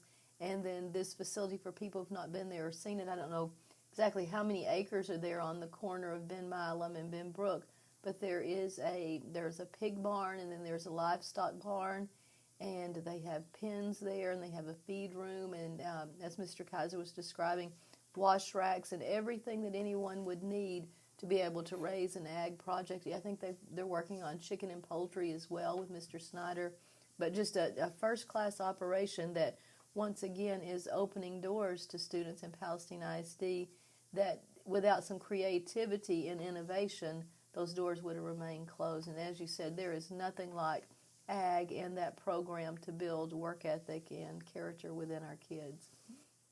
So, Mr. Kaiser, talking about, there's no secret we have a bond going on in Palestine ISD, and that bond will be, people will vote on that, have their voices heard, have the last time to vote November the 4th, Tuesday of the upcoming week. And part of that is the expansion of a CTE facility. Talk a little bit about currently that 1973 building and how the classes are and the opportunities that the expansion of facilities would allow for the CTE program. Yes, currently in the building we're currently in is a great facility. It was remodeled, I believe, during the last bond. As we talk with community and we look at different programs out there, It's really our job to make sure that we're providing our kids an opportunity for their future. So as we look to expand the CT programs, I mean, there's lots of options for us. You know, we're looking to some of the AI parts, some cybersecurity. Absolutely. Engineering, the robotics. There's lots of things that the job market tells us those are going to be the jobs for our kids. So we're looking at really putting the best programs in the new building that we can, and we need the space to bring those programs in. So that's an ongoing process that we're looking forward to. Great things for kids. You talked about technology, and it's so crazy. You know, in 10 years, probably in your wildest dreams, you couldn't have forecasted the robotics, the animatronics, the AI that we have going on now. And the infrastructure, the wiring, the technology, the electrical capacity of that 1973 building just will not stand up to those current areas. And if things change as rapidly as they've done in the career scope as they have in the last 2 or 3 years, who can imagine where we're going with things? That's right. That's exactly right. So I hear you say, I don't want to put words in your mouth, but that expansion will allow us to keep up with unimaginable job opportunities and trainings that are in our future. So, well, Mr. Kaiser, thank you. I know there's a whole lot to CTE and a whole lot that's evolved in the last 10 years. But we sure thank you for coming and giving us a little insight into the CTE program. And having said that, I'm going to say, go Wildcats. Here are 10 good reasons to advertise on your E-Tex radio group in 30 seconds or less. Number 1, radio sells with immediacy. Number 2, radio sells everywhere. Number 3, radio sells with intimacy. Number 4, radio starts in the theater of the mind. Number 5, radio escapes advertisements clutter. Number 6, radio is the cost-effective medium. Number 7, radio sells with frequency. Number 8, radio targeting advertising sells. Number 9, you're always on the front page with radio. And number 10, radio's an active medium in an active society. And now you know. For more info, contact the E-Tex Radio Group. KYYK Palestine, country's greatest hits, all part of the E-Tex Radio Network. Kick 98.3. Halftime at Palestine. Let's take a listen to the Wildcat Band as they finish their halftime show.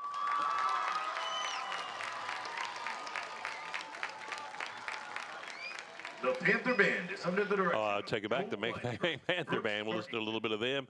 They are all in uniform tonight in their Halloween costumes and doing some of their halftime show. We'll take a look at some of the scores from around the area as we get ready for the Palestine Wildcat Band to come out. And so as we get ready for that, let's take a look and see who is doing what tonight. A lot of important games in the nation. Of course, last night, Grapeland defeated Tenaha 53-18. Oakwood has defeated Bynum 47-44. Fairfield is leading Westwood 28-14 in the third quarter. That's a big one. That's basically for the district championship there. Westwood already has one loss in district. Van is leading Paris North Lamar 37-7. Tig is leading Huntington 43-0. It is Cayuga leading Kearns. Actually, Cayuga defeated Kearns. I believe that game happened last night, 38-7.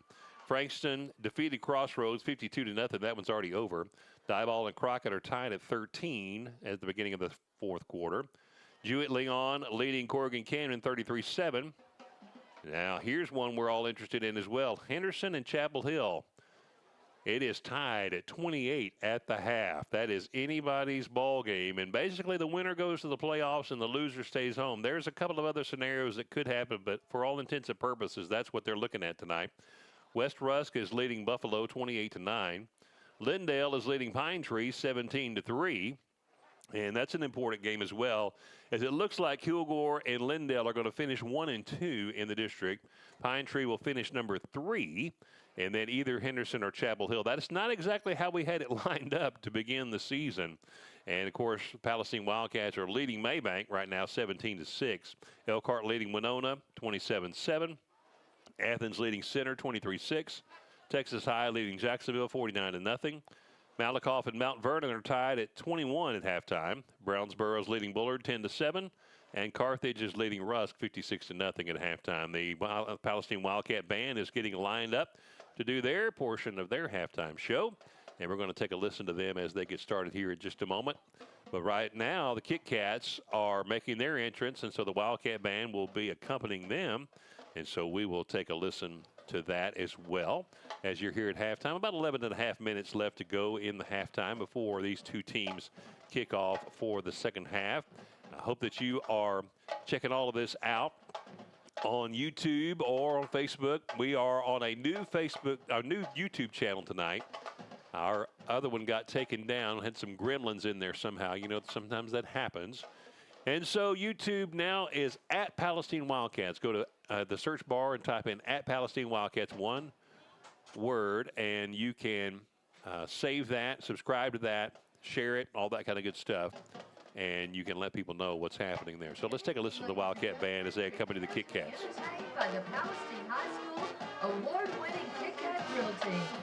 Officers for the Kit Kat are Junior Lieutenant Valerie Garcia, Senior Lieutenant Alexi Weeds, Senior Lieutenant Bernice Medrano, Senior First Lieutenant Caddison Sanchez, and Senior Captain Kelsey Hogarth. The Kit Kat of the Week honor goes to Cambry Leary. Kit Kats are under the direction of Esther Sparks and Assistant Director Marilyn Moore.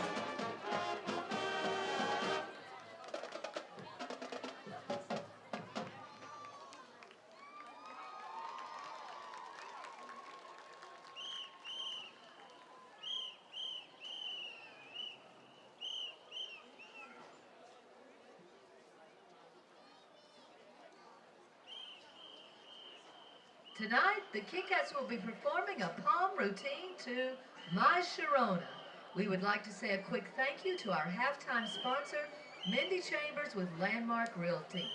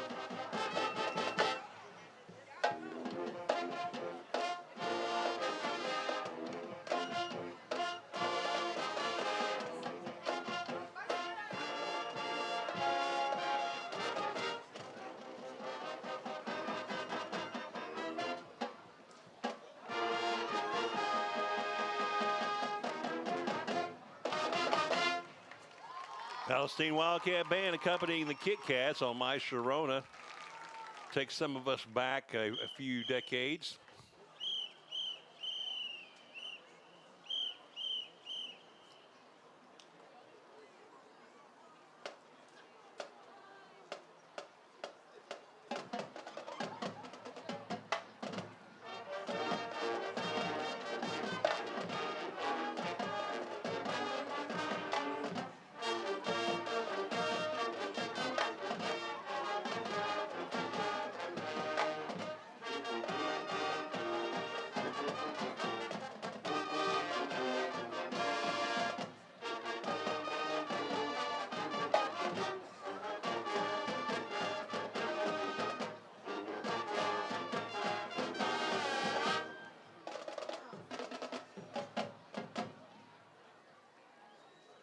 Palestine Wildcat Band accompanying the Kit Kats. Now they'll get out on the field and do a little short abbreviated performance. Of course, the Wildcat Band, Tonight, the Pride of they Palestine, had their the Wildcat competition High School Band will present their recently where they got a award-winning second show, division Bayou at the Rhythm, in UIL competition. celebration of lifelong band Did not member get to and advance close this year, friend but had a good Joseph showing and has Bailey. made steady improvement all Joseph was a throughout the trumpet year. player And and so member they're of the going Front to Ensemble. present The band an abbreviated show here. Just a few minutes left to go in the halftime. Wildcats leading this one 17-6 at halftime. After the band finishes playing, All the scoring has come our on special teams, including a punt return for a touchdown by Saborian Martin. Wildcat Band lining up. Color guard getting in place. And we'll take another run at the halftime scores in just a few moments as we take a look and see what's happening throughout the area. Of course, a couple of games that we're really keeping an eye on that have to do with the games that have to do with our district here. Now let's take a listen to the Wildcat Band.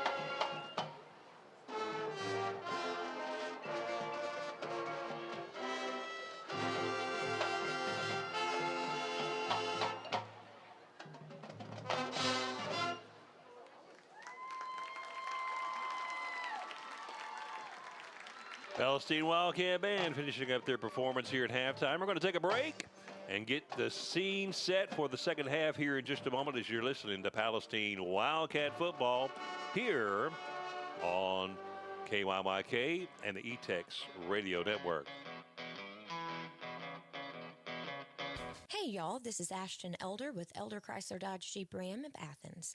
Local high school athletics are the heart and soul of our community. We are honored to play a small role in bringing this live action to you, whether in the comfort of your own home or while on the road. Elder Chrysler Dodge Jeep Ram Athens wishes all of our athletes and their families the best of luck this season. We know you're proud of them, and we are too. Elder in Athens, we've got your car. Y también se habla español. Life can bring unexpected challenges. When disaster strikes, Service Master by Brown Construction is here to get you back on track. whether it's smoke and fire damage, water damage, or odor control. Their team uses the latest technology to bring your home or business back to normal. Don't let the unexpected keep you down.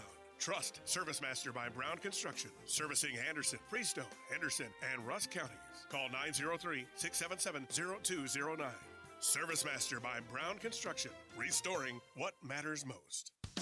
KYYK Palestine. The Morning Mess with Cat Powers. And country's greatest hits all day. Kick 98.3. Part of the E-Tex Radio Network. Wildcat Band finishing up their halftime routine. We'll take a listen to them.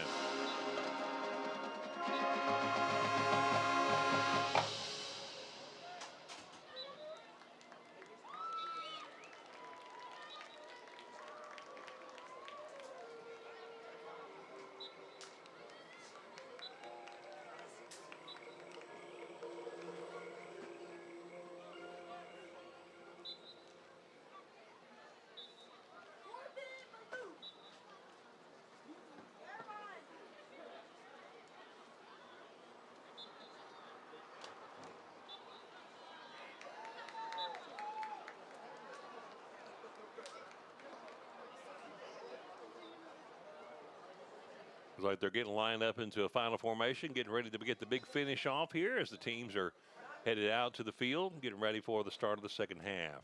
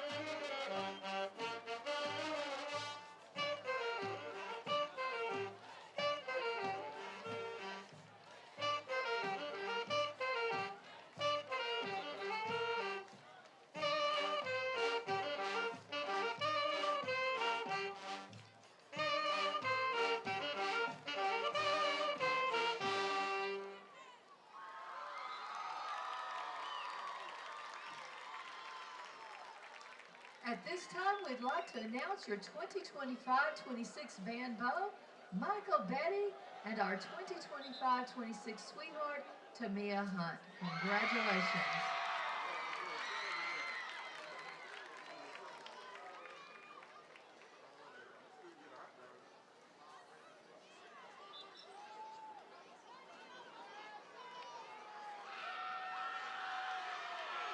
And the crown the band Bow and the band Sweetheart here on the final home game.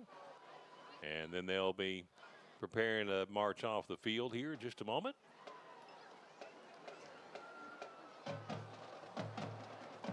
The band is under direction of Susie Allen, Jordan Sanders, James Dewey, James Billard, and Jacob Wellman. The conduct's under direction of Shelby Wynn. The Wildcat Band would like to thank the administration, band boosters, band parents, and community for their continuous support. And go Wildcats! Take a look at the scores from around the area one last time before we begin the second half. Carthage is leading Rusk 56-0 at halftime. Brownsboro leading Bullard 10-7 at half. Malakoff and Mount Vernon tied at 21 at halftime.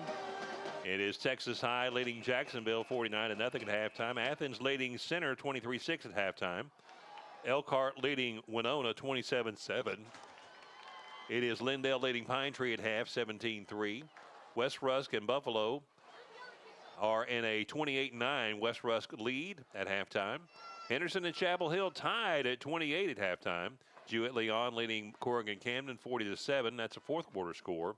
Ladies and gentlemen, we have Diboll and Crockett tied at 20. That was discovered. Frankston defeated Crossroads 52-0. Cayuga defeated Kearns 38-7.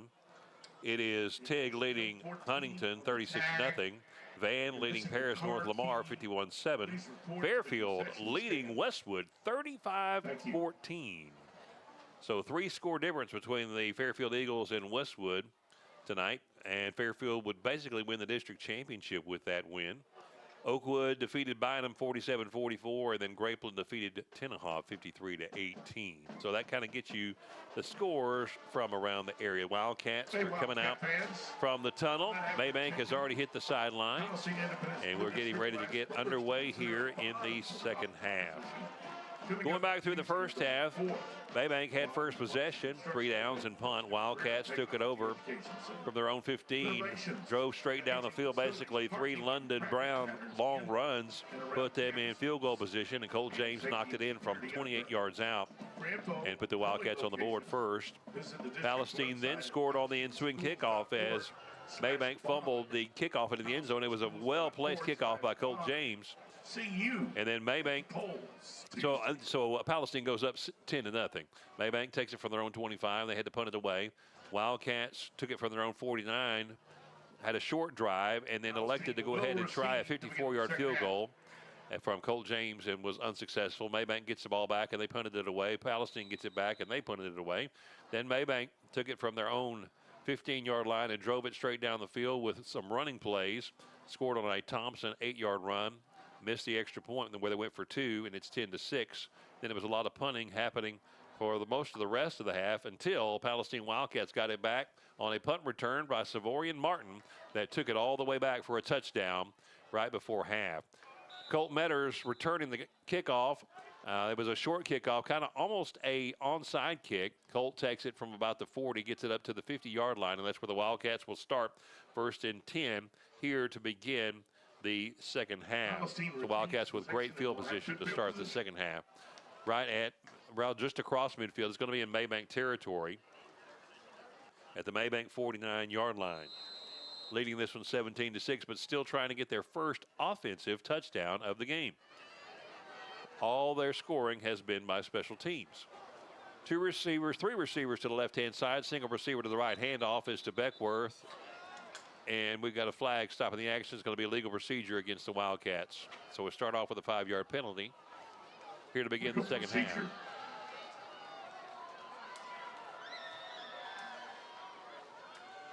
And to see if the Wildcats can put an offensive scoring drive here together. It has been great to see the special teams doing their work, but love to see that offense put one in the end zone. So they back it up to their own 46-yard line. 1st down and 15. 3 receivers to the left, single receiver to the right-hand side. Brown fakes the handoff, takes it around the left side. He's going to get stopped after a very short gain.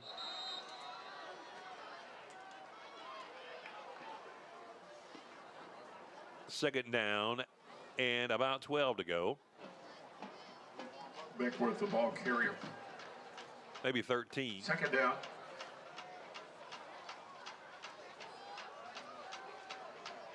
Running game getting the job done for the Wildcats primarily, as the same for Maybank on offense.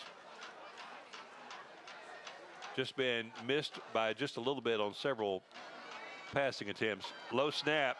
London Brown just has to grab it and fall on it. Kind of came rolling back to him. He hits the turf, bounces up. Going to be a loss, bringing it back to the 40. So it will now be 3rd down and 19. Wildcats have been in that 3rd and long situation several times tonight. 20.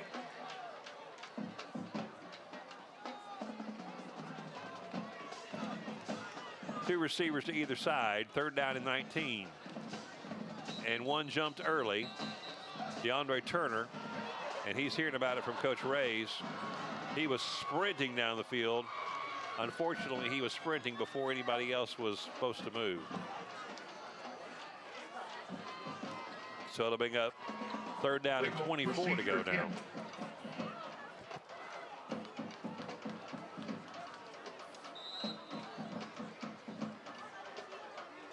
Sometimes it's hard to overcome those pre-snap penalties. It's not been a real penalty-filled game tonight, but there's been several of those that kind of backed up on top of one another.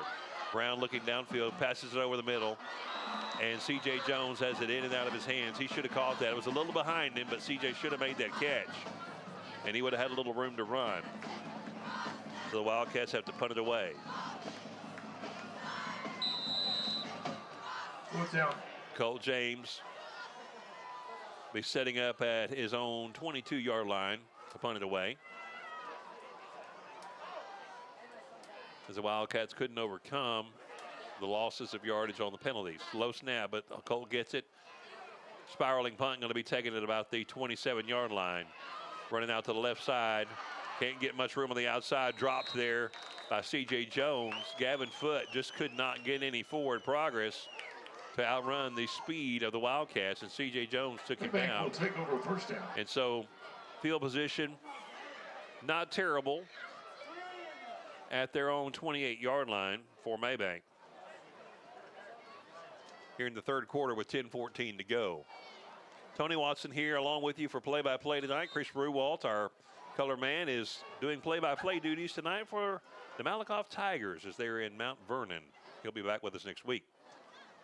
Handoff to Thompson up the middle. Gets across the 30 before being dropped by the Wildcat defense. Going to gain 4 or 5. Second down and 5 to go for Maybank. Gain of 5, second down. 2 receivers to the right, single receiver to the left. Single back in the backfield, H-back on the left-hand side for Copeland. Hands it off to Thompson, trying to get around the left side. Hit by Ethan Thomas initially and then dropped by Ashton Cook. Ethan Thomas having himself a good season. Big number 54. Third down and 5. May have actually lost about a half a yard on that. 9:26 and counting down here in the third quarter. Maybank needing to get a first down, keep this thing moving.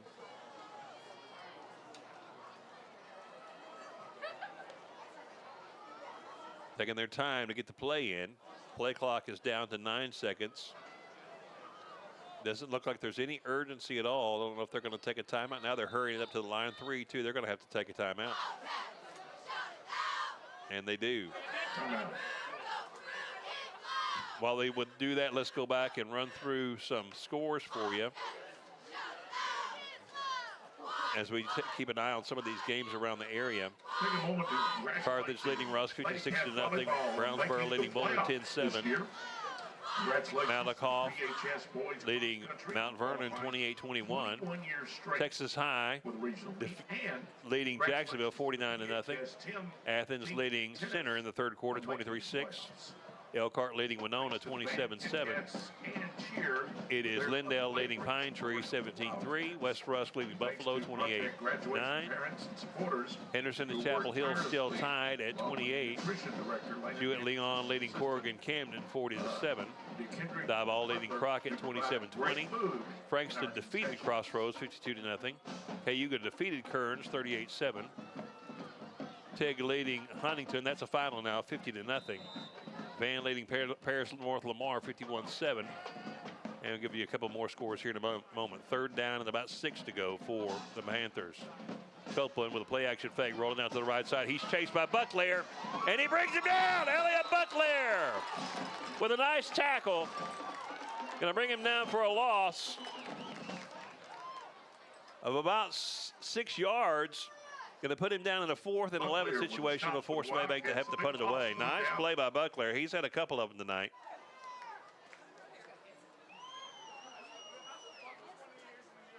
A couple other scores for you. This one we're all interested in as well. Fairfield is leading Palestine Westwood 35-21.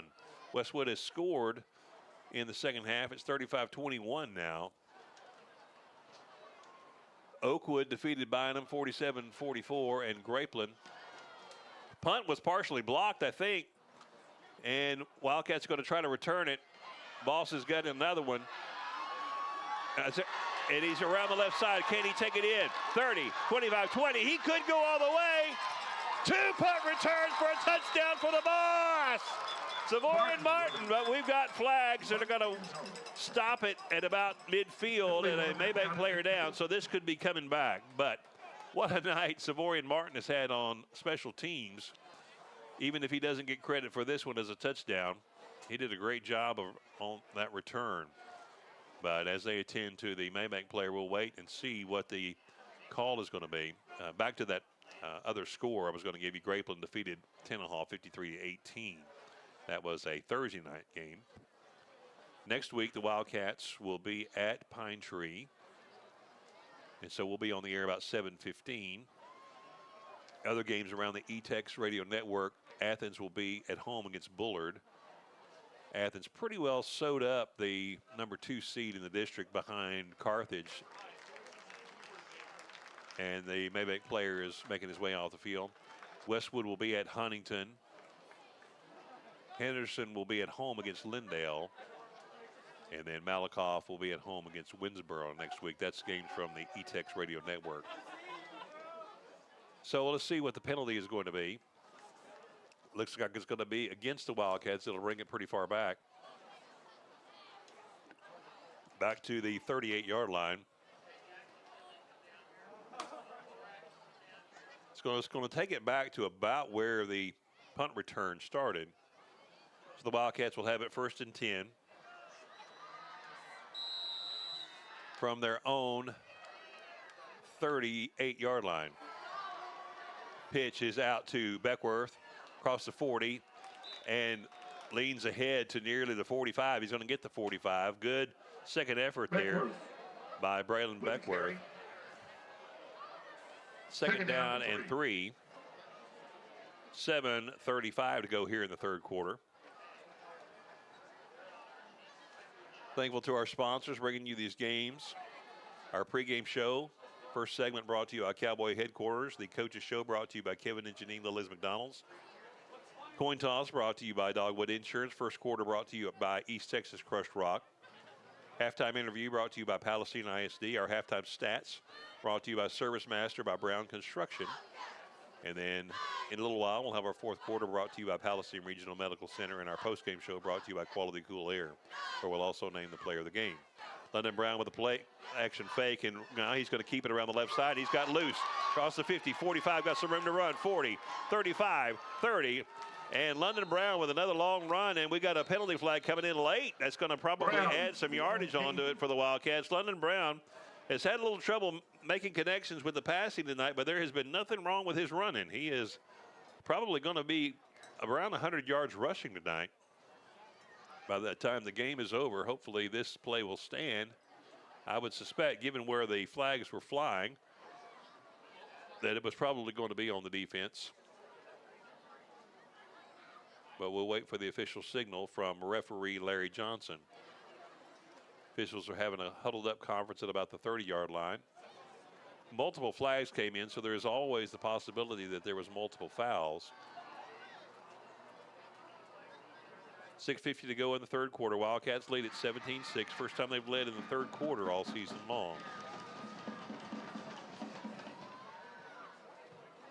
Looking for that first victory of the year.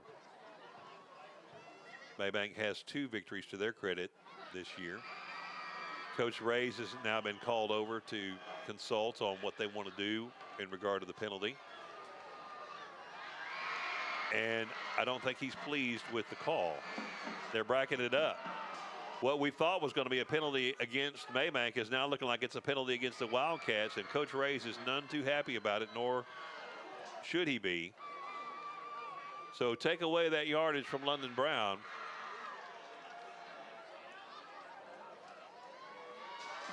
Where the flags came in at the end of the play, it's hard for me to imagine that it's going to bring it back to the line of scrimmage.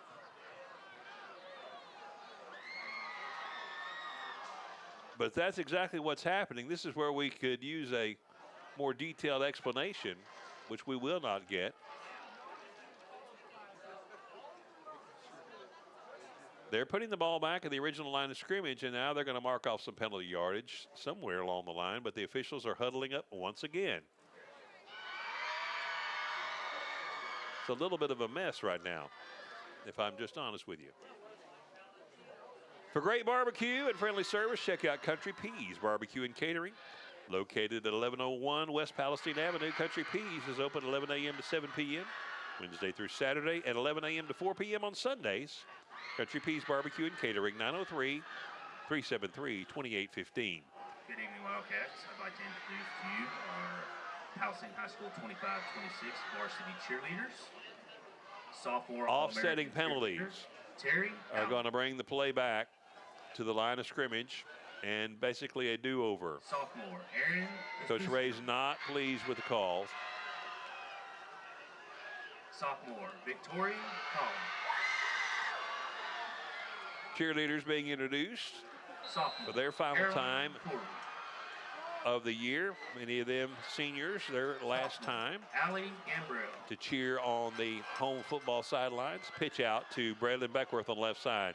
45 up to near midfield. He's going to get close to the first down, and he's going to get the first down yardage. Sophomore Shelby Hughes. Up to the 49-yard line.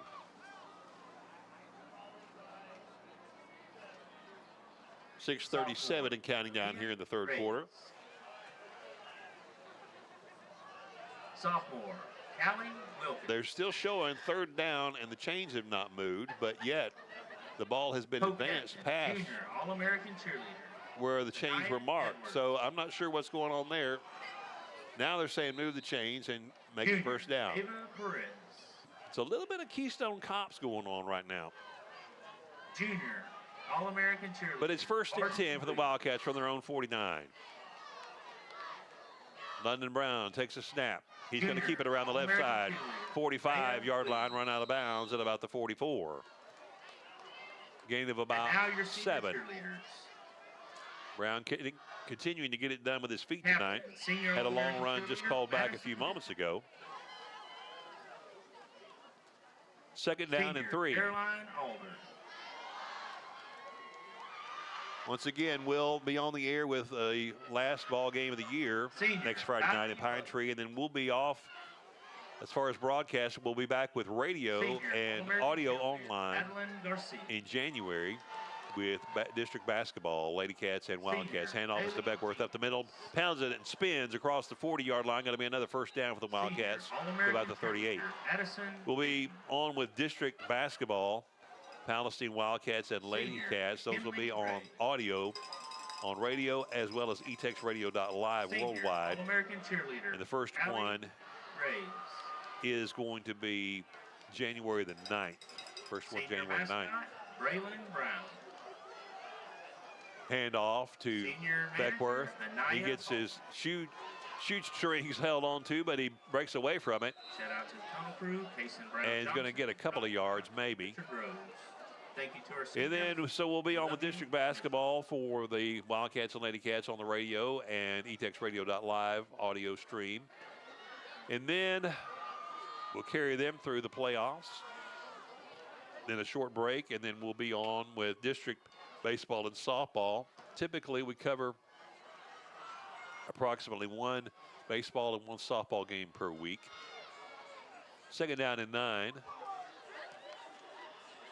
Handoff is to Beckworth up the middle across the 35. Keeps the legs turning across the 30 and going to be down to the 27. Good enough for a Wildcat first down. Wildcats starting to wear him down now.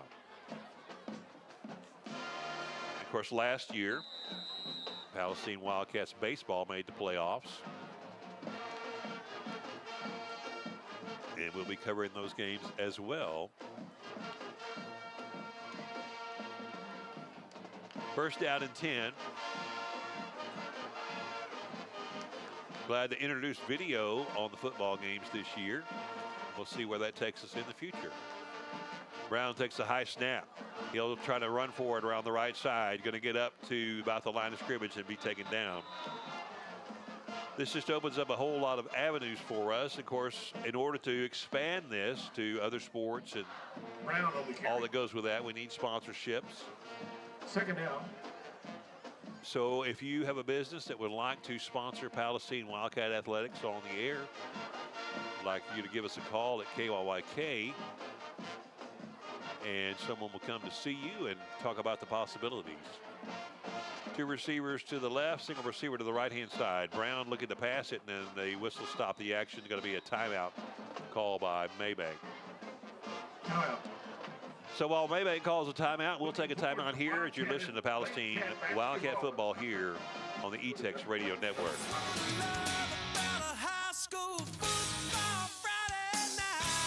Every Wednesday is improv troop rehearsals at the Palestine Community Theater. Anyone 18 or older is welcome to attend, starting at 6:30 and ending at 8 p.m. An improv troupe helps you gain confidence, sharpen public speaking skills, and make new friends. Every Wednesday at 6:30 at the Palestine Community Theater, 213 West Crawford Street in Palestine.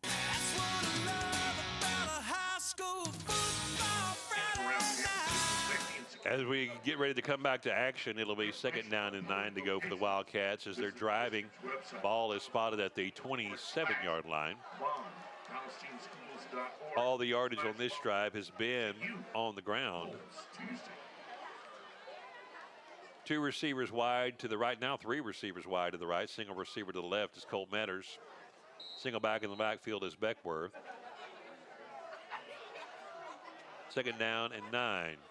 Brown going to take the run around the left-hand side, trying to turn the corner. 25-20. He's got the first down, 15. And they'll take him down to about the 13-yard line. Nice job with the legs again by London Brown. Brown with the carry. Gets the first down. 3:32 and counting down here in the third quarter. The clock continues to move. However, there is a penalty flag down on the field, so we'll be getting some time back on the clock here in a moment. Unsportsmanlike is called against the Wildcats. So forget what I said about a first down, and they've got the clock continuing to move. We'll see what the officials have to say about getting that reset and where the ball is going to be placed. It was not an obvious unsportsmanlike at all. It'll bring it back to the line of scrimmage, basically where it was the beginning of this set of downs. They got it set at the 29-yard line. So the reset first down. It'll be 1st and 10 from the 29. Brown looking to pass. Makes the connection to Colt Metters at the 15. Going up the middle, 10. At about the 8-yard line. Nice connection made to Colt Metters. That's two nice grabs Colt has had tonight. Pass complete to Metters. When you're looking at candidates to possibly be considered for player of the game, you got Colt Metters, who's made a couple of nice receptions. Elliott Bucklair on defense, who's made some really nice plays. Then, of course, Savorian Martin with the punt return that got the Wildcats on the board. Taking it to the house, and then he had another one he brought back as well that was called back by penalty. So three pretty good candidates rising up right now. So we'll see what develops over the next little while as we examine our player of the game candidates. That'll be presented to you in our Quality Cool Air postgame show. George Seralde will have that graphic for you. He does an outstanding job directing our video.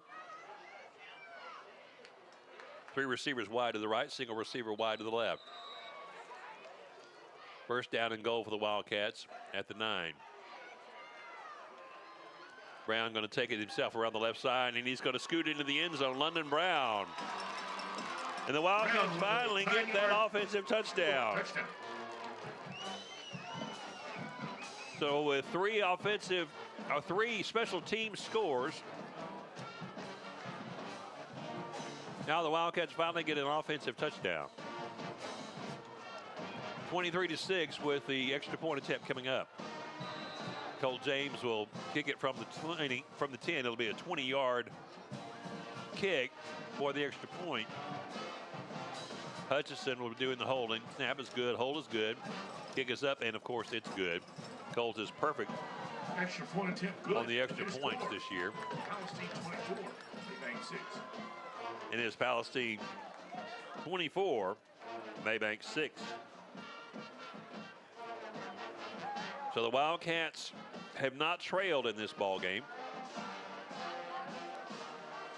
Led 3-0, 10-0, 10-6, 17-6, and now 24-6. Take a look at some of the scores and see if there's any significant change on any of them. Fairfield still leading Westwood 42-21. That is a fourth quarter score, less than 5 minutes to go. Of course, Frankston already defeated Crossroads. They are 9-0 on the season. James to kick off. Diboll defeated Crockett 27-20. Jewett-Leon defeated Corrigan Camden 40-14. Chapel Hill has taken the lead over Henderson 35-28 in the third quarter. Long end-over-end kickoff taken inside the 5-yard line. They call for the fair catch wisely. So Maybank will take over from their own 25 after a nice touchdown drive for the Wildcats, mostly from the legs of London Brown. Now, Lindale and Pine Tree, that gap is narrowed a bit as Lindale leads 17-10. So Pine Tree still with a chance there. Elkhart continues to lead Winona. 27-7 is the last score we had. Malakoff leading Mount Vernon 28-27 rather. So that's some of the games of note from around the area. They spotted the ball at the 20-yard line.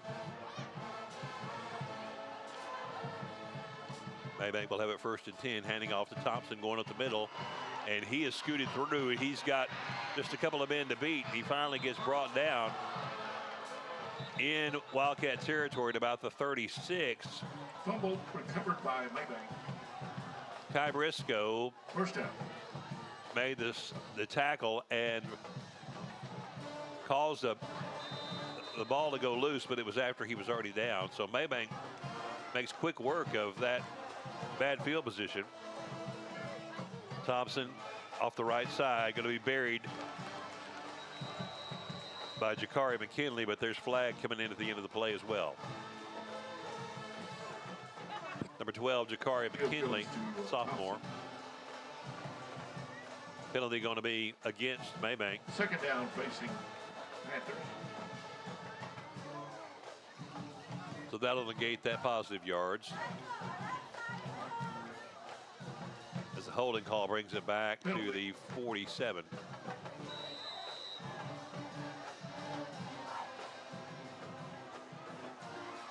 First down and 20 to go for Maybank. Less than 2 minutes to go in the third quarter. 1:48 and counting down. Copeland looking to the left side to pass. Downfield, a couple of guys there. And Maybank makes a completion. Had it in heavy traffic, made the completion to Bryson Morris. A couple of Wildcat defenders right around it, but Morris made a really nice catch. Very few completions on the night for Maybank, but that was the best one. 26. Ball spotted at the 26-yard line, first down and 10. Copeland dropping back, rolling around to the right side. He's being flushed out of the pocket, just throwing it down to the end zone. Nobody really there. And we've got a penalty flag coming in late. Oh my. 3 Wildcat defenders down there. And I don't know how you don't call this an uncatchable ball. And the officials are going to have some conversation about it. And I suspect that's going to be a factor in the conversation. Nobody had a shot at it. But I guess the question, and they're waving the flag off wisely. I guess the only question would have been, did the contact keep the ball from being an uncatchable ball? I don't think so, and the officials eventually agreed.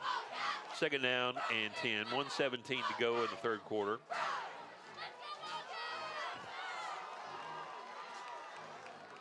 Wildcat cheerleaders getting it done here in this third quarter. Second down and 10. Copeland takes a snap, hands off to Thompson, trying to get it around the left side, but Jamarcus Brumley has him corralled and then finished off by Ashton Cook. I tell you what, Ashton Cook, he has, and we got some extracurricular activity happening afterwards, flags and hats and everything else, coaches coming out to the field. Hopefully this is offsetting, but I have a feeling it is not. I have a feeling it's going to be against the Wildcats. But the one official threw his flag and then threw his hat, which is an indicator that he saw a second penalty. So now another official is throwing his flag down after the fact. You could start a laundromat with all the flags that are on the field right now. 1, 2, 3, 4, 5, and a hat. Maybe 6. That means pretty much every official threw his flag. Coach Ray's waiting for the explanation, and one of the officials coming over to share it with him. I think it's going to be offsetting. Hopefully that is the case. 1:04 to go in the third quarter.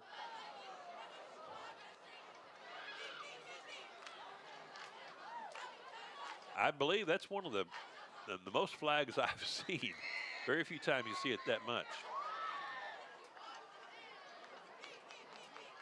Let's see what Larry Johnson has to say about it. Dead ball.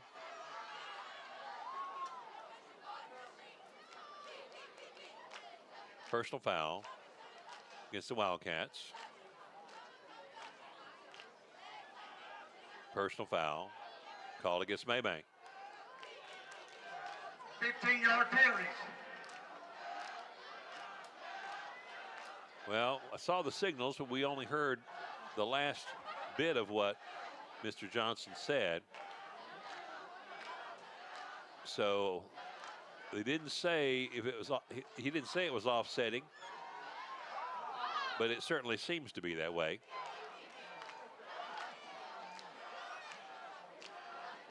And so now the officials get all their flags and their markers and their hats back.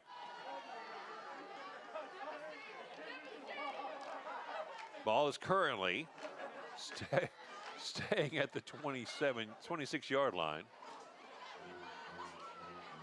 Ball has not been whistled ready for play yet. I think maybe the referee is still explaining it to Coach Copeland. Now he's coming back across the sideline. He may be wanting to talk with Rays and then, nope, he's ready to go. Larry says it's okay now. Clock will start on the snap. Maybank has it, 1st and 10 from their own 26.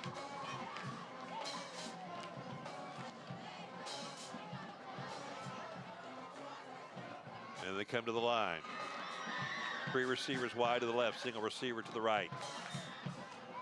Copeland rolling to the left side, not seeing much open, and he's going to get flushed out. Cason Applewhite is in there, as well as I believe Buckler in on the tackle. And a flag at the line of scrimmage.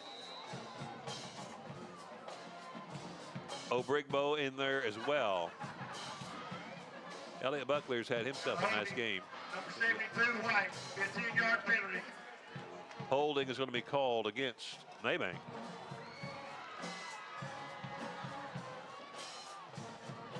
.51 seconds left in the third quarter. And they'll mark the penalty yardage off.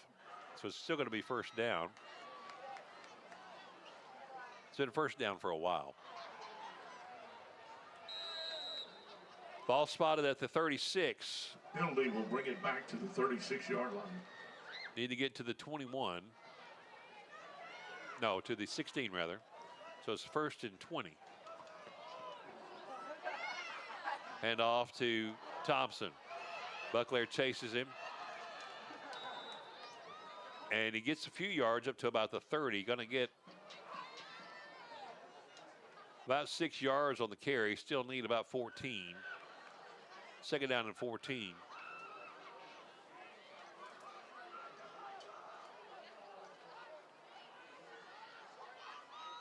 10 seconds at 9. Now they're going to count it down and let the third quarter run out, and we'll change up the field. The third quarter comes to a conclusion. So the Wildcats leading end at the end of 3 quarters of play.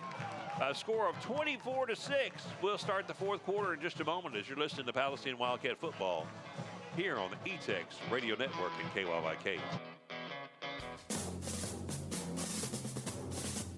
Around here, we live and breathe high school sports. That's why ETEX Radio Group brings you sports information hourly on this station. Every hour, we'll recap the day's big games, big plays, and big players from all of our area high schools and colleges. Plus, we'll make sure you know which big games to catch next. Local sports lives here. East Texas Sports, only on this ETEX Radio Group station.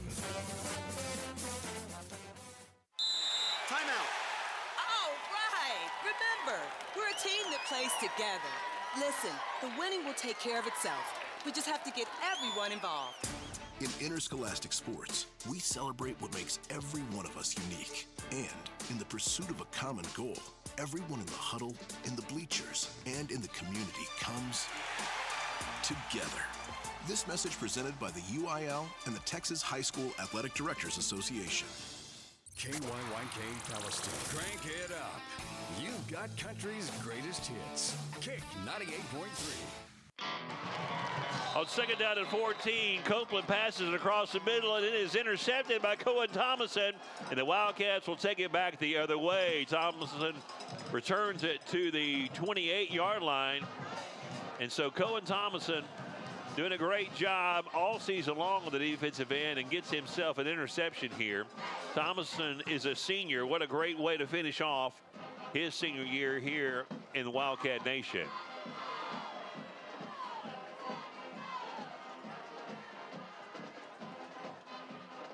Interception for the Wildcats. The Wildcats take over first and 10 from their own 28-yard line. Wildcats first down.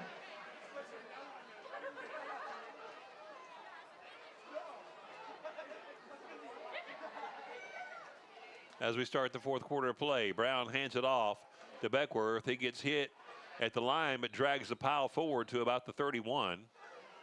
Gain of 3 on the play as we start the fourth quarter. Wildcats just want to hold on to this lead, but certainly would love to get another offensive touchdown. They've had a field goal, a punt return, a fumble recovery, and an offensive touchdown. Second down and 7. Brown dropping back, looking to the left side. Nobody open, scrambles to the left. Now he's looking over the middle. Finds a man open. It's Turner at the 50. He's trying to make some room and brought down at about the 48-yard line. Nice job of London Brown with a second effort. That's that athletic ability of London Brown that we are going to be seeing for the next couple of years. And he makes the connection with Turner, created some extra time with his legs, and then hit the on-target pass. Turner, a sophomore, so we'll get to see him for a couple of more years as well. 2 receivers to either side. Single back in the backfield is Cummings. Brown, he'll pitch it out to Cummings on the right side. He'll cut it up and going to get back to about the line of scrimmage. Second down and 10.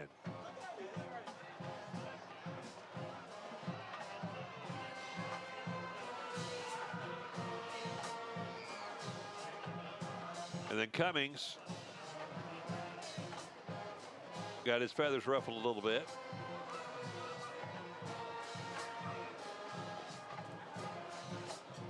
And he is coming out of the game, and Coach Ray's not pleased with what he saw there.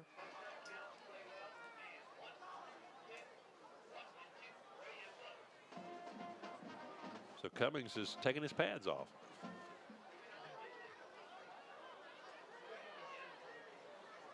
Second down and 10 to go for the Wildcats, and there is a penalty flag down.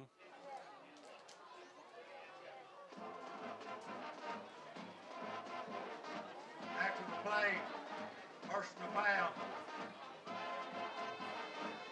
Against Maroon. 15-yard penalty. First down. So Cummings called for the personal foul. And so he came to the sideline, took all his pads off and his jersey.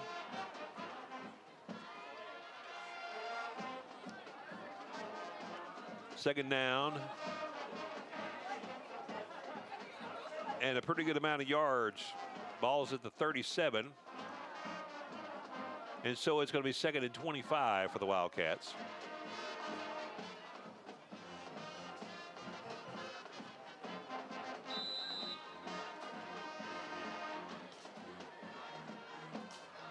I don't think Cummings was disqualified from the game. I think he did all that on his own.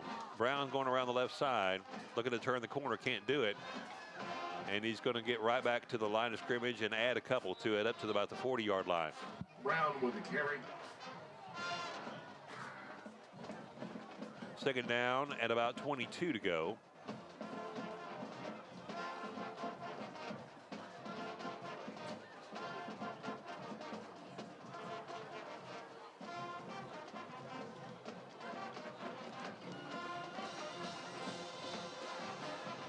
.44 to go here in the game. Down marker says it's third down. About 22 to go. Brown dropping back, looking over the right side, going downfield, got a man open, and Brooks didn't make the catch, but he got the benefit of pass interference. 3 flags come into the backfield. Don Brooks trying to make the catch. He was covered by Wayne Langford, and they're going to flag Langford for pass interference. And so the Wildcats will get the benefit of that call. Defensive pass interference hits Maybank. Get 15 yards from the previous spot. First down. So that'll move it up 15 yards, and it'll be an automatic first down. So while the Wildcats needed more than 15 to get the first down because of the nature of the penalty, it is a first down. So first and 10 for the Wildcats at the Maybank 44. Wildcats leading this one 24-6 with 9:23 to go in the game. Trying to hold on for their first victory of 2025. 3 receivers wide to the left, single receiver wide to the right. Beckworth in the backfield beside London Brown. Brown hands it off to Beckworth, goes up the middle, hit at the line, gets about 2.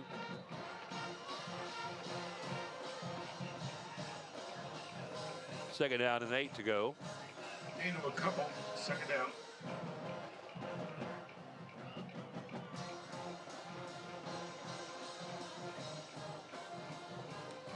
Second down and 8. Ball spotted at the 42-yard line. Fourth quarter brought to you tonight by Palestine Regional Medical Center.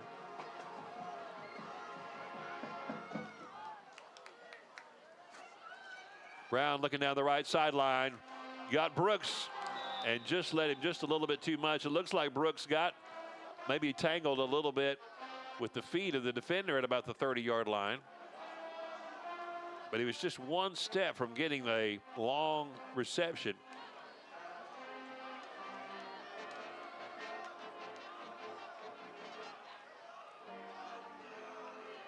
Third down and 8 to go. Ball at the 42-yard line.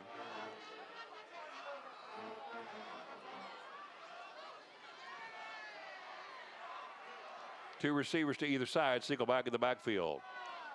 Brown fakes to the right, now looking to the left side. Couldn't quite make the connection with Martin. And it's going to be fourth down.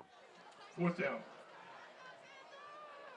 See what the Wildcats choose to do here in the Maybank end of the field.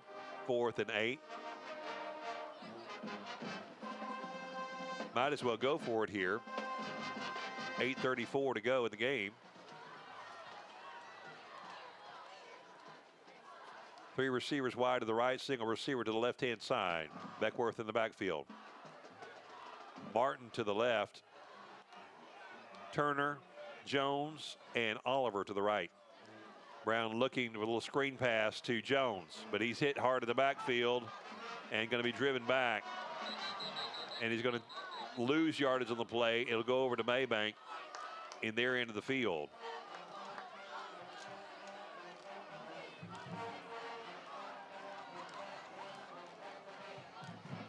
The Wildcats had the makings of a pretty good drive there, got stalled by some penalties, and then couldn't overcome them. So with 8:13 to go in the game, Maybank takes over 1st and 10.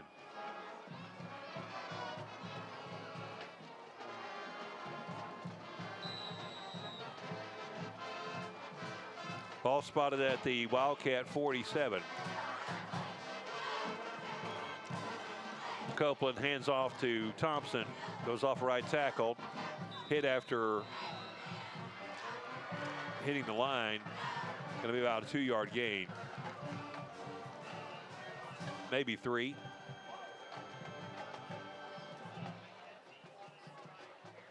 Going to recognize the cheerleaders for the Wildcats. Some of these are seniors that are making their final appearance on Wildcat Stadium. Copeland dropping back.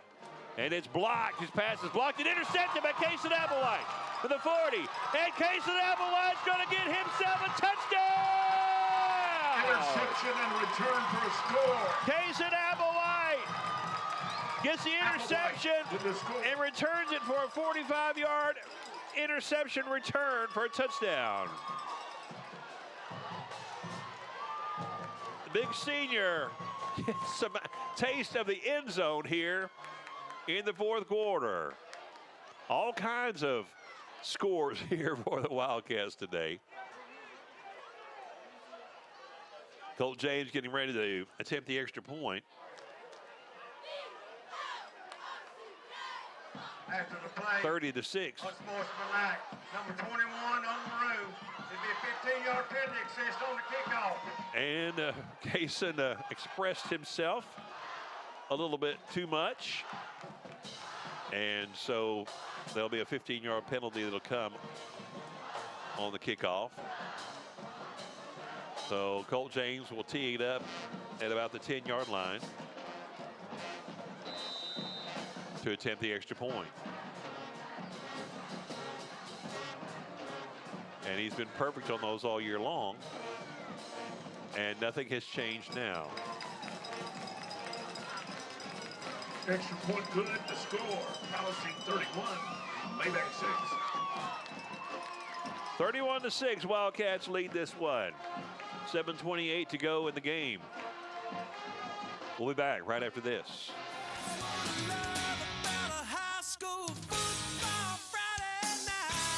Every second Thursday of the month, head to the Senior Activity Center to dance the night away to the Rodney Ray Band. Singles are encouraged and snacks are welcome. From 7 to 9:30 every second Thursday at 200 North Church Street in Palestine. And for all the veterans in our area, the Senior Center offers a free Veterans Breakfast starting at 8:30 a.m. every 3rd Thursday at the same location, Senior Center in Palestine, 200 North Church Street. So the Wildcats extend the lead to 31-6. So it looks like the Wildcats are going to be able to get that first victory of 2025. And nice place to get it here on their home turf on senior night.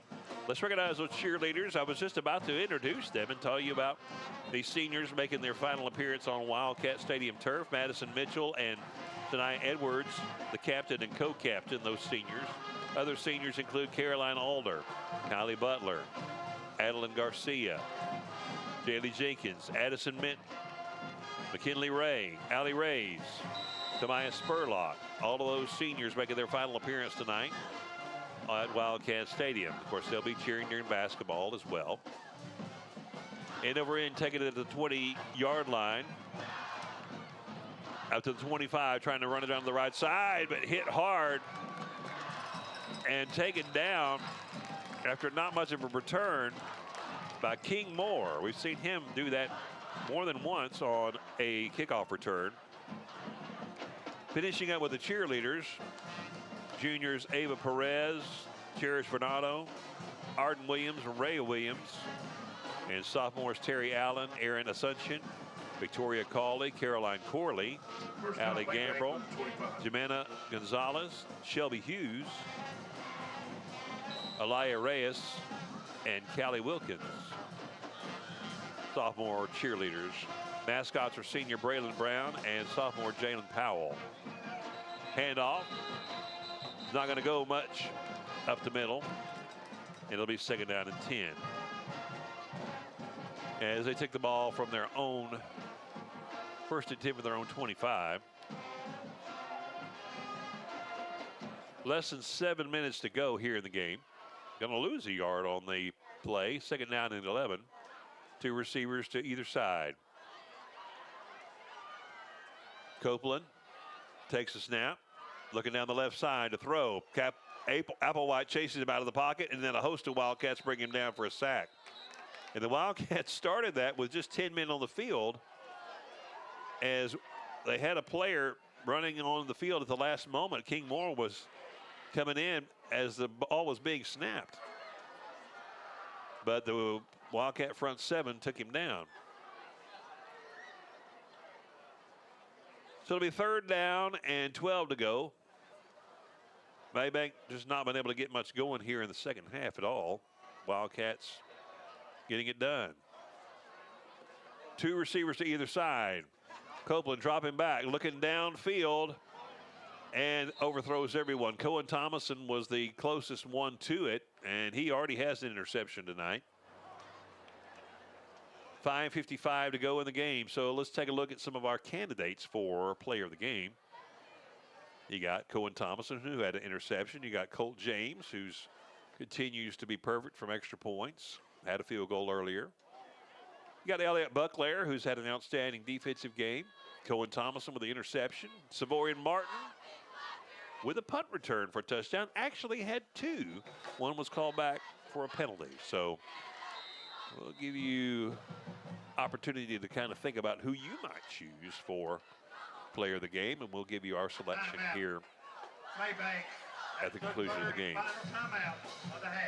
And they'll stop the clock with 5:51 to go in the game, get their final timeout, kind of figure out what they're going to do here. It's 4th down and 12. Maybank got nothing to lose here. They may choose to go for it here. So think about those. Who would be your candidate for player of the game? King Moore made a nice defensive or a special teams tackle just a moment ago. Just thinking about some of the other highlights along the way. DeAndre Turner had a nice catch. Colt Metters has had 2 nice catches. He would be a candidate as well. And let's see what Maybank looks like. They're going to punt it away. Ashton Cook going back deep, as well as C.J. Jones. And they're talking about their strategy.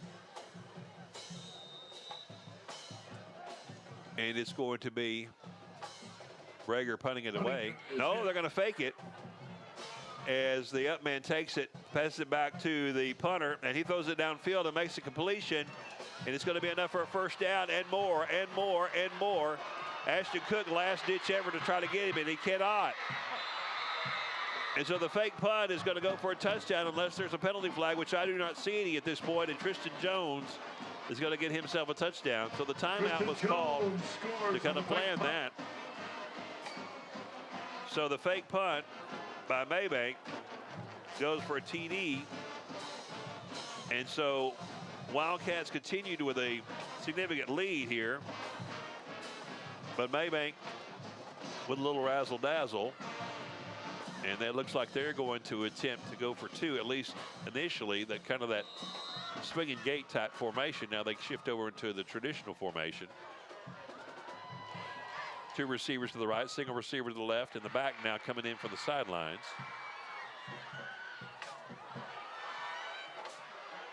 Wildcats adjusting on defense. Play clock down to 16. Copeland back in the shotgun.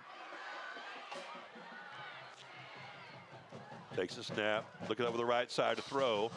Over across the middle and makes the connection. It'll be a 2-point conversion as he connects to Gavin Foote for the 2-point conversion. New score with 5:37 remaining. This is now Palestine 31. So it's Maybank 14. Maybank 31, or rather Palestine 31, Maybank 14. With 5:37 to go here in the ball game. Wildcats still firmly in control. But Maybank able to put a little razzle-dazzle together and get a touchdown on special teams. A lot of special teams action tonight. So again, we'll be naming our player of the game here pretty shortly after the game. Several good candidates to consider. We'll get all of our brain trust together and see what their thoughts are. Wildcats getting ready to return a kick, but it looks like Maybank is going to be attempting an onside. I mean, what do you got to lose, right?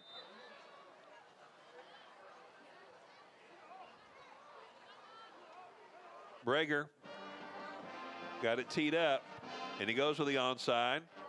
Wildcats nab it just short of midfield and keep it moving forward.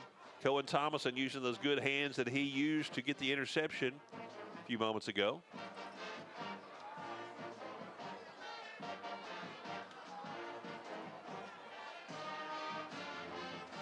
Cohen Thompson recovering the onside. Palestine ball, 1st and 10.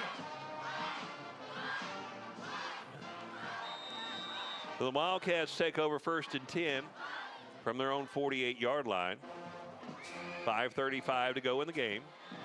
Two receivers to the right, two receivers to the left side. Handoff is to the back coming through.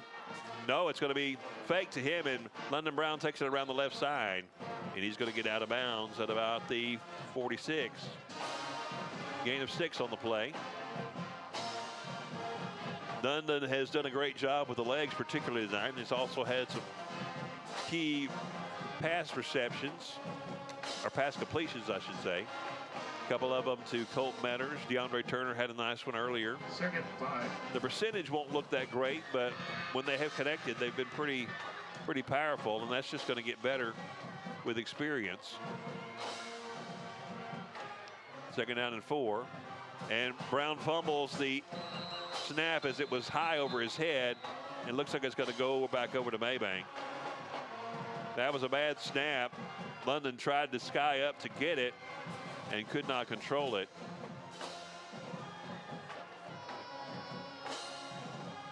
Fumble recovered by Maybank. 1st down. 1st down and 10 for Maybank. 5:17 to go in the game at the Wildcat 48.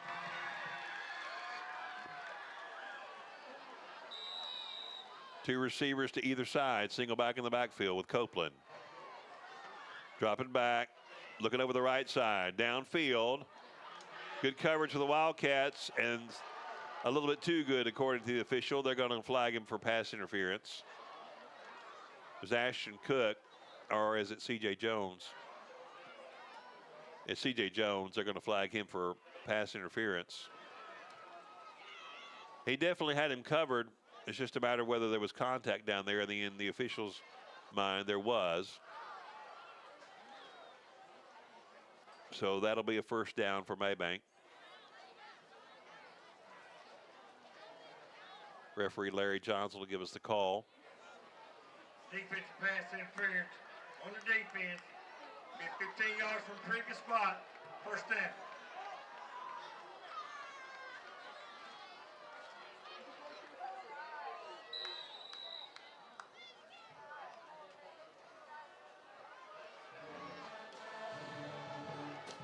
Drop it back, held all at the right side. Copeland now with his legs may get a 1st down, and he does.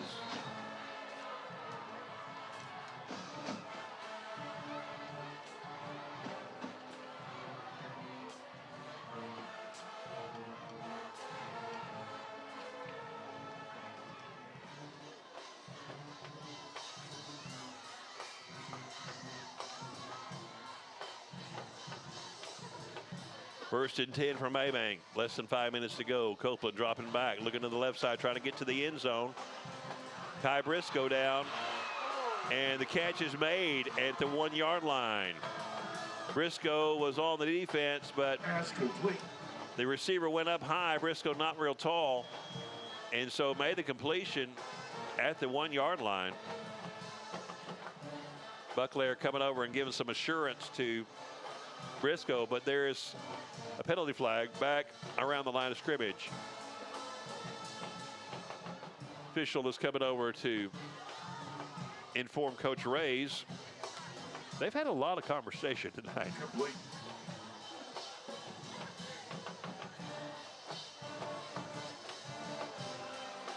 And let's see what Mr. Johnson has to say.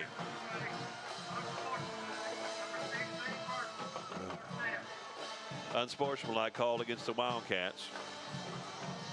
That's the second one against the Wildcats tonight.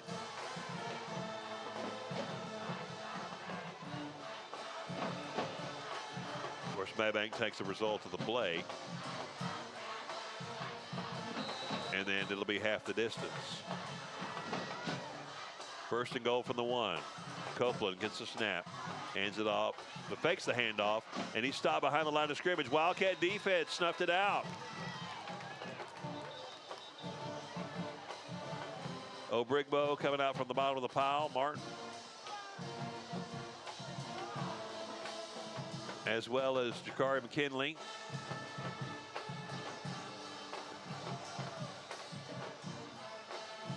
Second down and goal.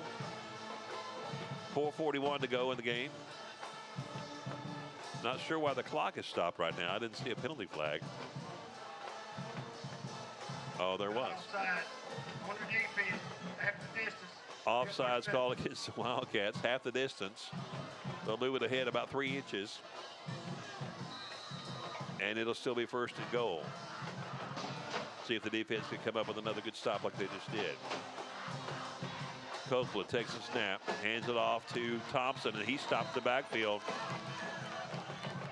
Out from under the pile at the bottom of that is O'Brigbo and Thomason.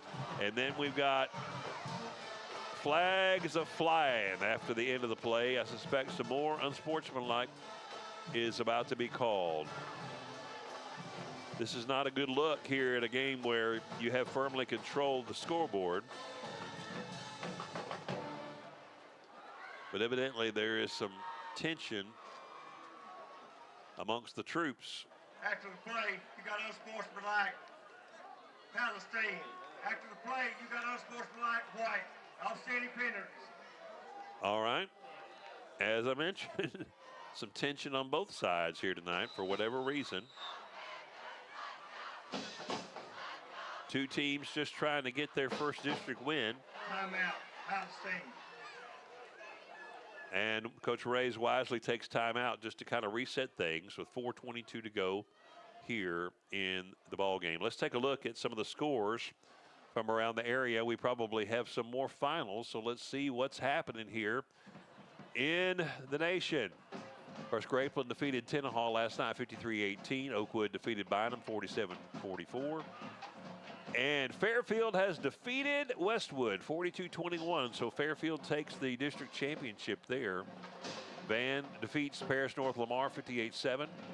Tig defeats Huntington 50-0. It is Cayuga defeated Kearns 38-7.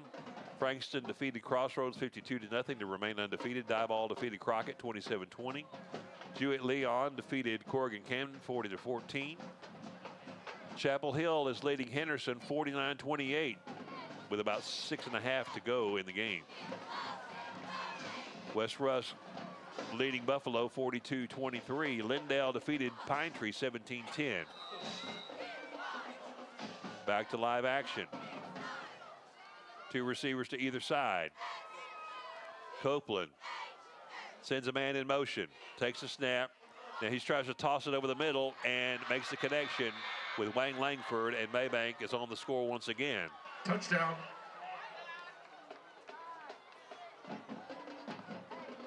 So a TD late puts the Panthers within 11.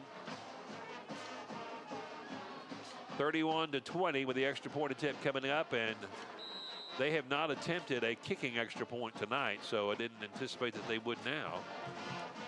Want to get this down to within 9 if they can. Outlet pass is good and gets into the end zone, does Wayne Langford, so he scores the touchdown and the extra point. So it's 31-22 with 4:15 to go in the game. So I would imagine you can expect another onside kick. Looking at some of the remainder of the scores, Elkhart is leading Winona 39-21. That's a fourth quarter score. Athens is leading Center 37-20. That's gotten a little closer with 2 minutes to go in the game. Texas High defeats Jacksonville 56-0. Malakoff defeats Mount Vernon 38-27. Brownsboro is leading Bullard late in the fourth quarter 38-14. And Carthage defeats Rusk 56-3. So Maybank will kick it off here. Fully expect a onside kick. 4:16 to go in the game. Wildcats going to try to put an offensive drive here to kind of seal this thing off and run this clock out or get a touchdown. Barger teeing it up. Or Brager, rather. I've called him Barger half the time. Brager teeing it up. If Mrs. Brager is listening, or Mr. Brager, I apologize. And sure enough, goes with the onside kick. This to the left side. It's going to go, just land right in bounds, and Ashton Cook comes up and takes it and keeps it in possession of the Wildcats. And so they'll start first and 10, just short of their own 40-yard line.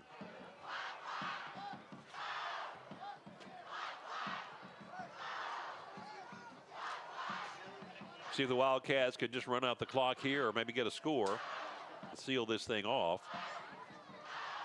As Maybank has tried to crawl back into this game with a couple of late touchdowns. One on a fake punt and then one on offensive drive. Two receivers to either side. Single back in the backfield. Brown hands it off up the middle.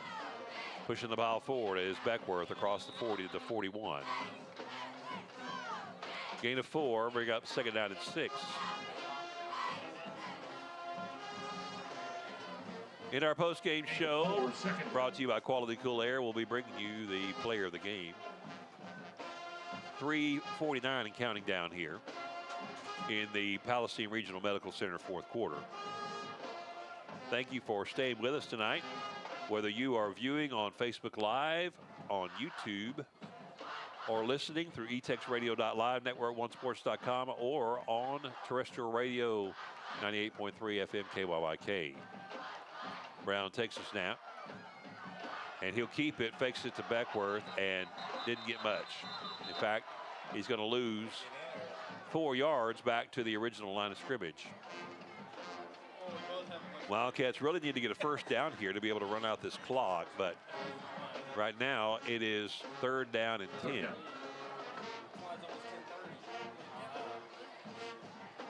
Single receiver wide to the left, 3 receivers wide to the right. Beckworth will be at the left hand of London Brown in the backfield. 2:45 and counting down.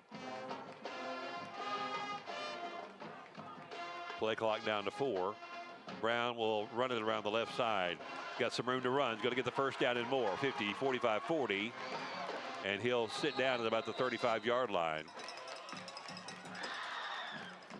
Brown for the game for first down. That's actually good gamesmanship there for the Wildcats. Getting the first down, getting it into Maybank territory, and allowing the clock to continue to move.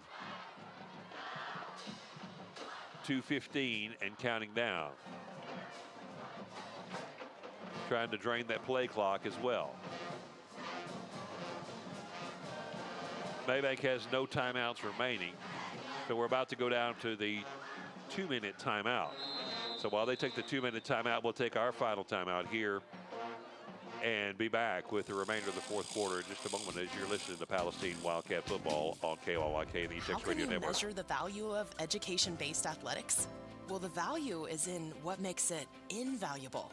That's because school sports aren't just about winning. They're about learning and growing. School sports aren't just about gaining trophies and accolades. They're about learning life lessons, bringing a whole community together, developing character and integrity, having coaches who mentor you, and teammates who become lifelong friends. And you can't put a price on any of that. That's what makes education-based athletics invaluable. Of course, when you participate in school sports, you want to win and become a better athlete, but the purpose is so much greater, becoming a better person. Support your local school sports programs. And if you have a student, encourage them to get involved.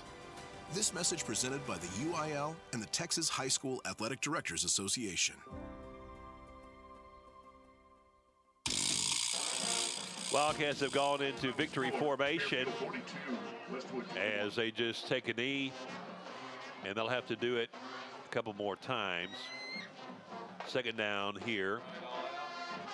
Wildcats haven't been able to be in victory formation yet this year, so this is a good thing for the Wildcat fans to see.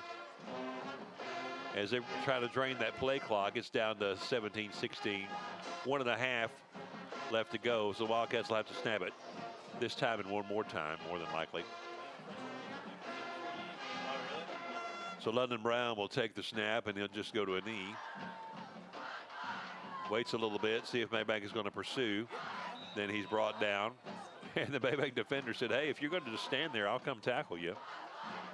So Javante Rose gladly obliges, and going to lose some yardage. It'll bring it back to the 48. Less than a minute to go now, so the Wildcats will have to snap it one more time.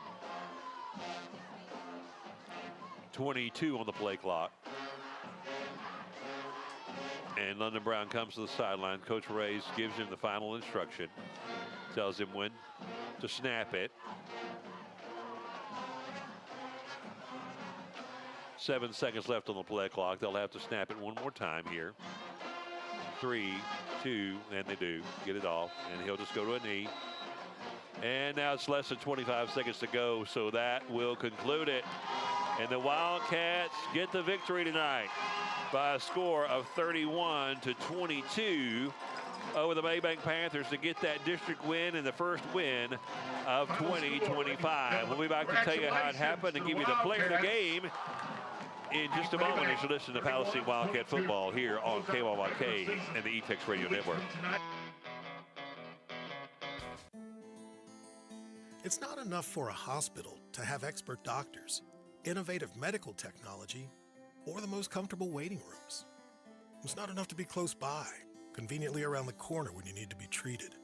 The best care comes from people with a calling to heal, to comfort, to connect, and to never stop searching for answers.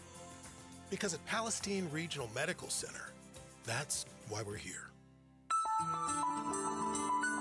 You've heard the phrase, if you don't like the weather around here, just wait 5 minutes. Well, rest assured, AccuWeather forecasts on the E-Tex Radio Group will keep you informed with up-to-the-minute weather forecast for our area, so you don't have to keep guessing. Windy, wet, or wonderful, the E-Tex Radio Group keeps you covered with local forecasts every hour to keep you safe and informed. Accurate forecasts with no hype, only on this E-Tex Radio Group.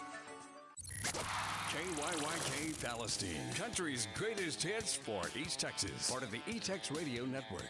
Kick 98.3. So the Palestine Wildcats end up winning this one 31-22 in a game that they never trailed. Let's kind of recap the scoring for you a little bit. In the first quarter, it was Palestine getting the ball from their own 15 on their first offensive drive, driving it down, and Colt James put a field goal through from 28 yards out to put them on the board 3-0. On the ensuing kickoff, it was Maybank fumbling it, as it was a beautiful kickoff that just bounced straight up inside the 5-yard line, and Maybank misplayed it and ended up touching it and sending it into the end zone, and the Wildcats fell on it and got the touchdown, and they lead 10-0. A few punts and field goal misses later, the Wildcats score on Maybank scores on a Thompson 8-yard touchdown run to close the gap to 10-6. That would be as close as it would get, as the Wildcats had a 51-yard touchdown return on a punt by Savorian Martin, and that put them ahead 17-6. That was right before the halftime, as Maybank was just trying to run out the clock, and the Wildcats turned it the other way. Then coming out in the second half, the teams exchanged a couple of punts. And then Palestine scored on a London Brown 9-yard touchdown run to extend the lead to 24-6. Maybank took the ball back, and Cohen Thomason stopped that drive with an interception. And then Palestine then turned it over on downs.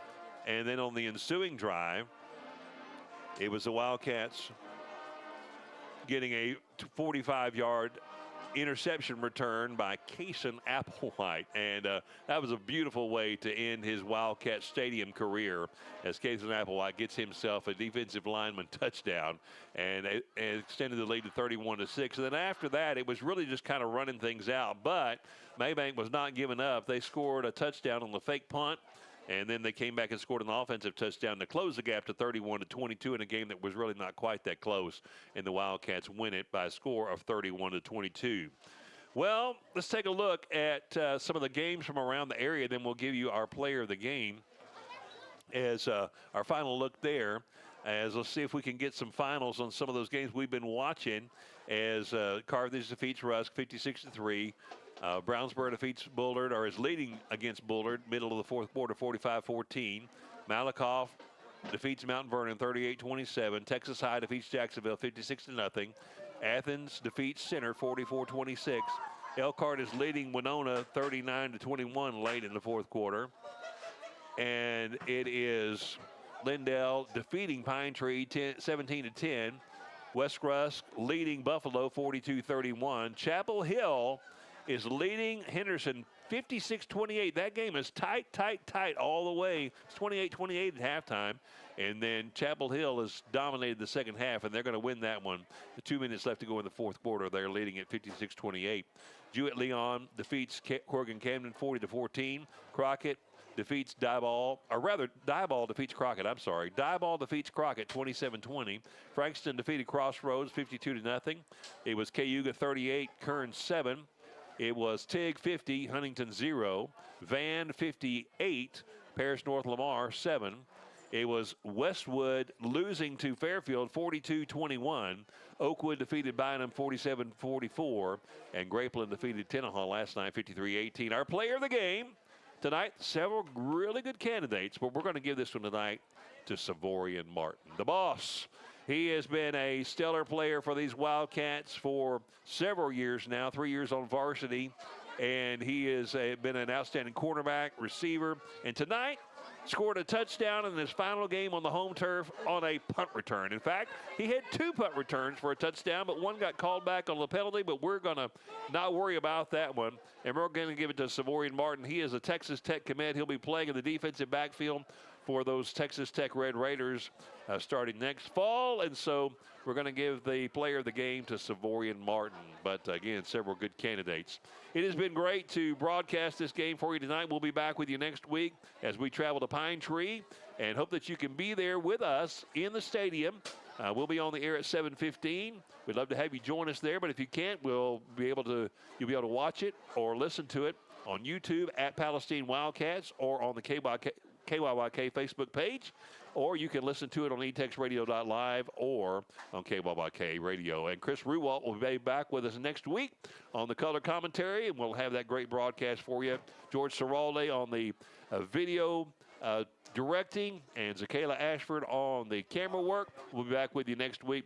Have yourself a wonderful and blessed weekend, and may God bless, and we'll see you next Friday night.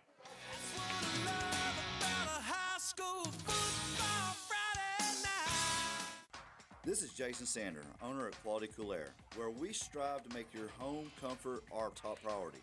If heating and cooling your home or business becomes an issue, pick up the phone and give Quality Cool Air a call. We'll show you why our customers are so loyal. For sales, service, and installation, call 903-723-2600 or find us online at qualitycoolair.com. Proud to be a sponsor of the Palestine High School Athletics. Go Wildcats! Thank you for joining us for Palestine Wildcat football on KYYK 98.3, etexradio.live, and network1sports.com, with video live streaming on YouTube and Facebook at KYYK Palestine. Tonight's broadcast was made possible by Cowboy Headquarters, Kevin and Janine Lilly's McDonald's, East Texas Crushed Rock, Palestine ISD, Elder Chrysler Dodge Jeep Ram of Athens, Palestine Regional Medical Center, Quality Cool Air, Chef's Barbecue and Catering, Dogwood Insurance Agency, and Service Master by Brown Construction. Now we return you to our regularly scheduled programming already in progress.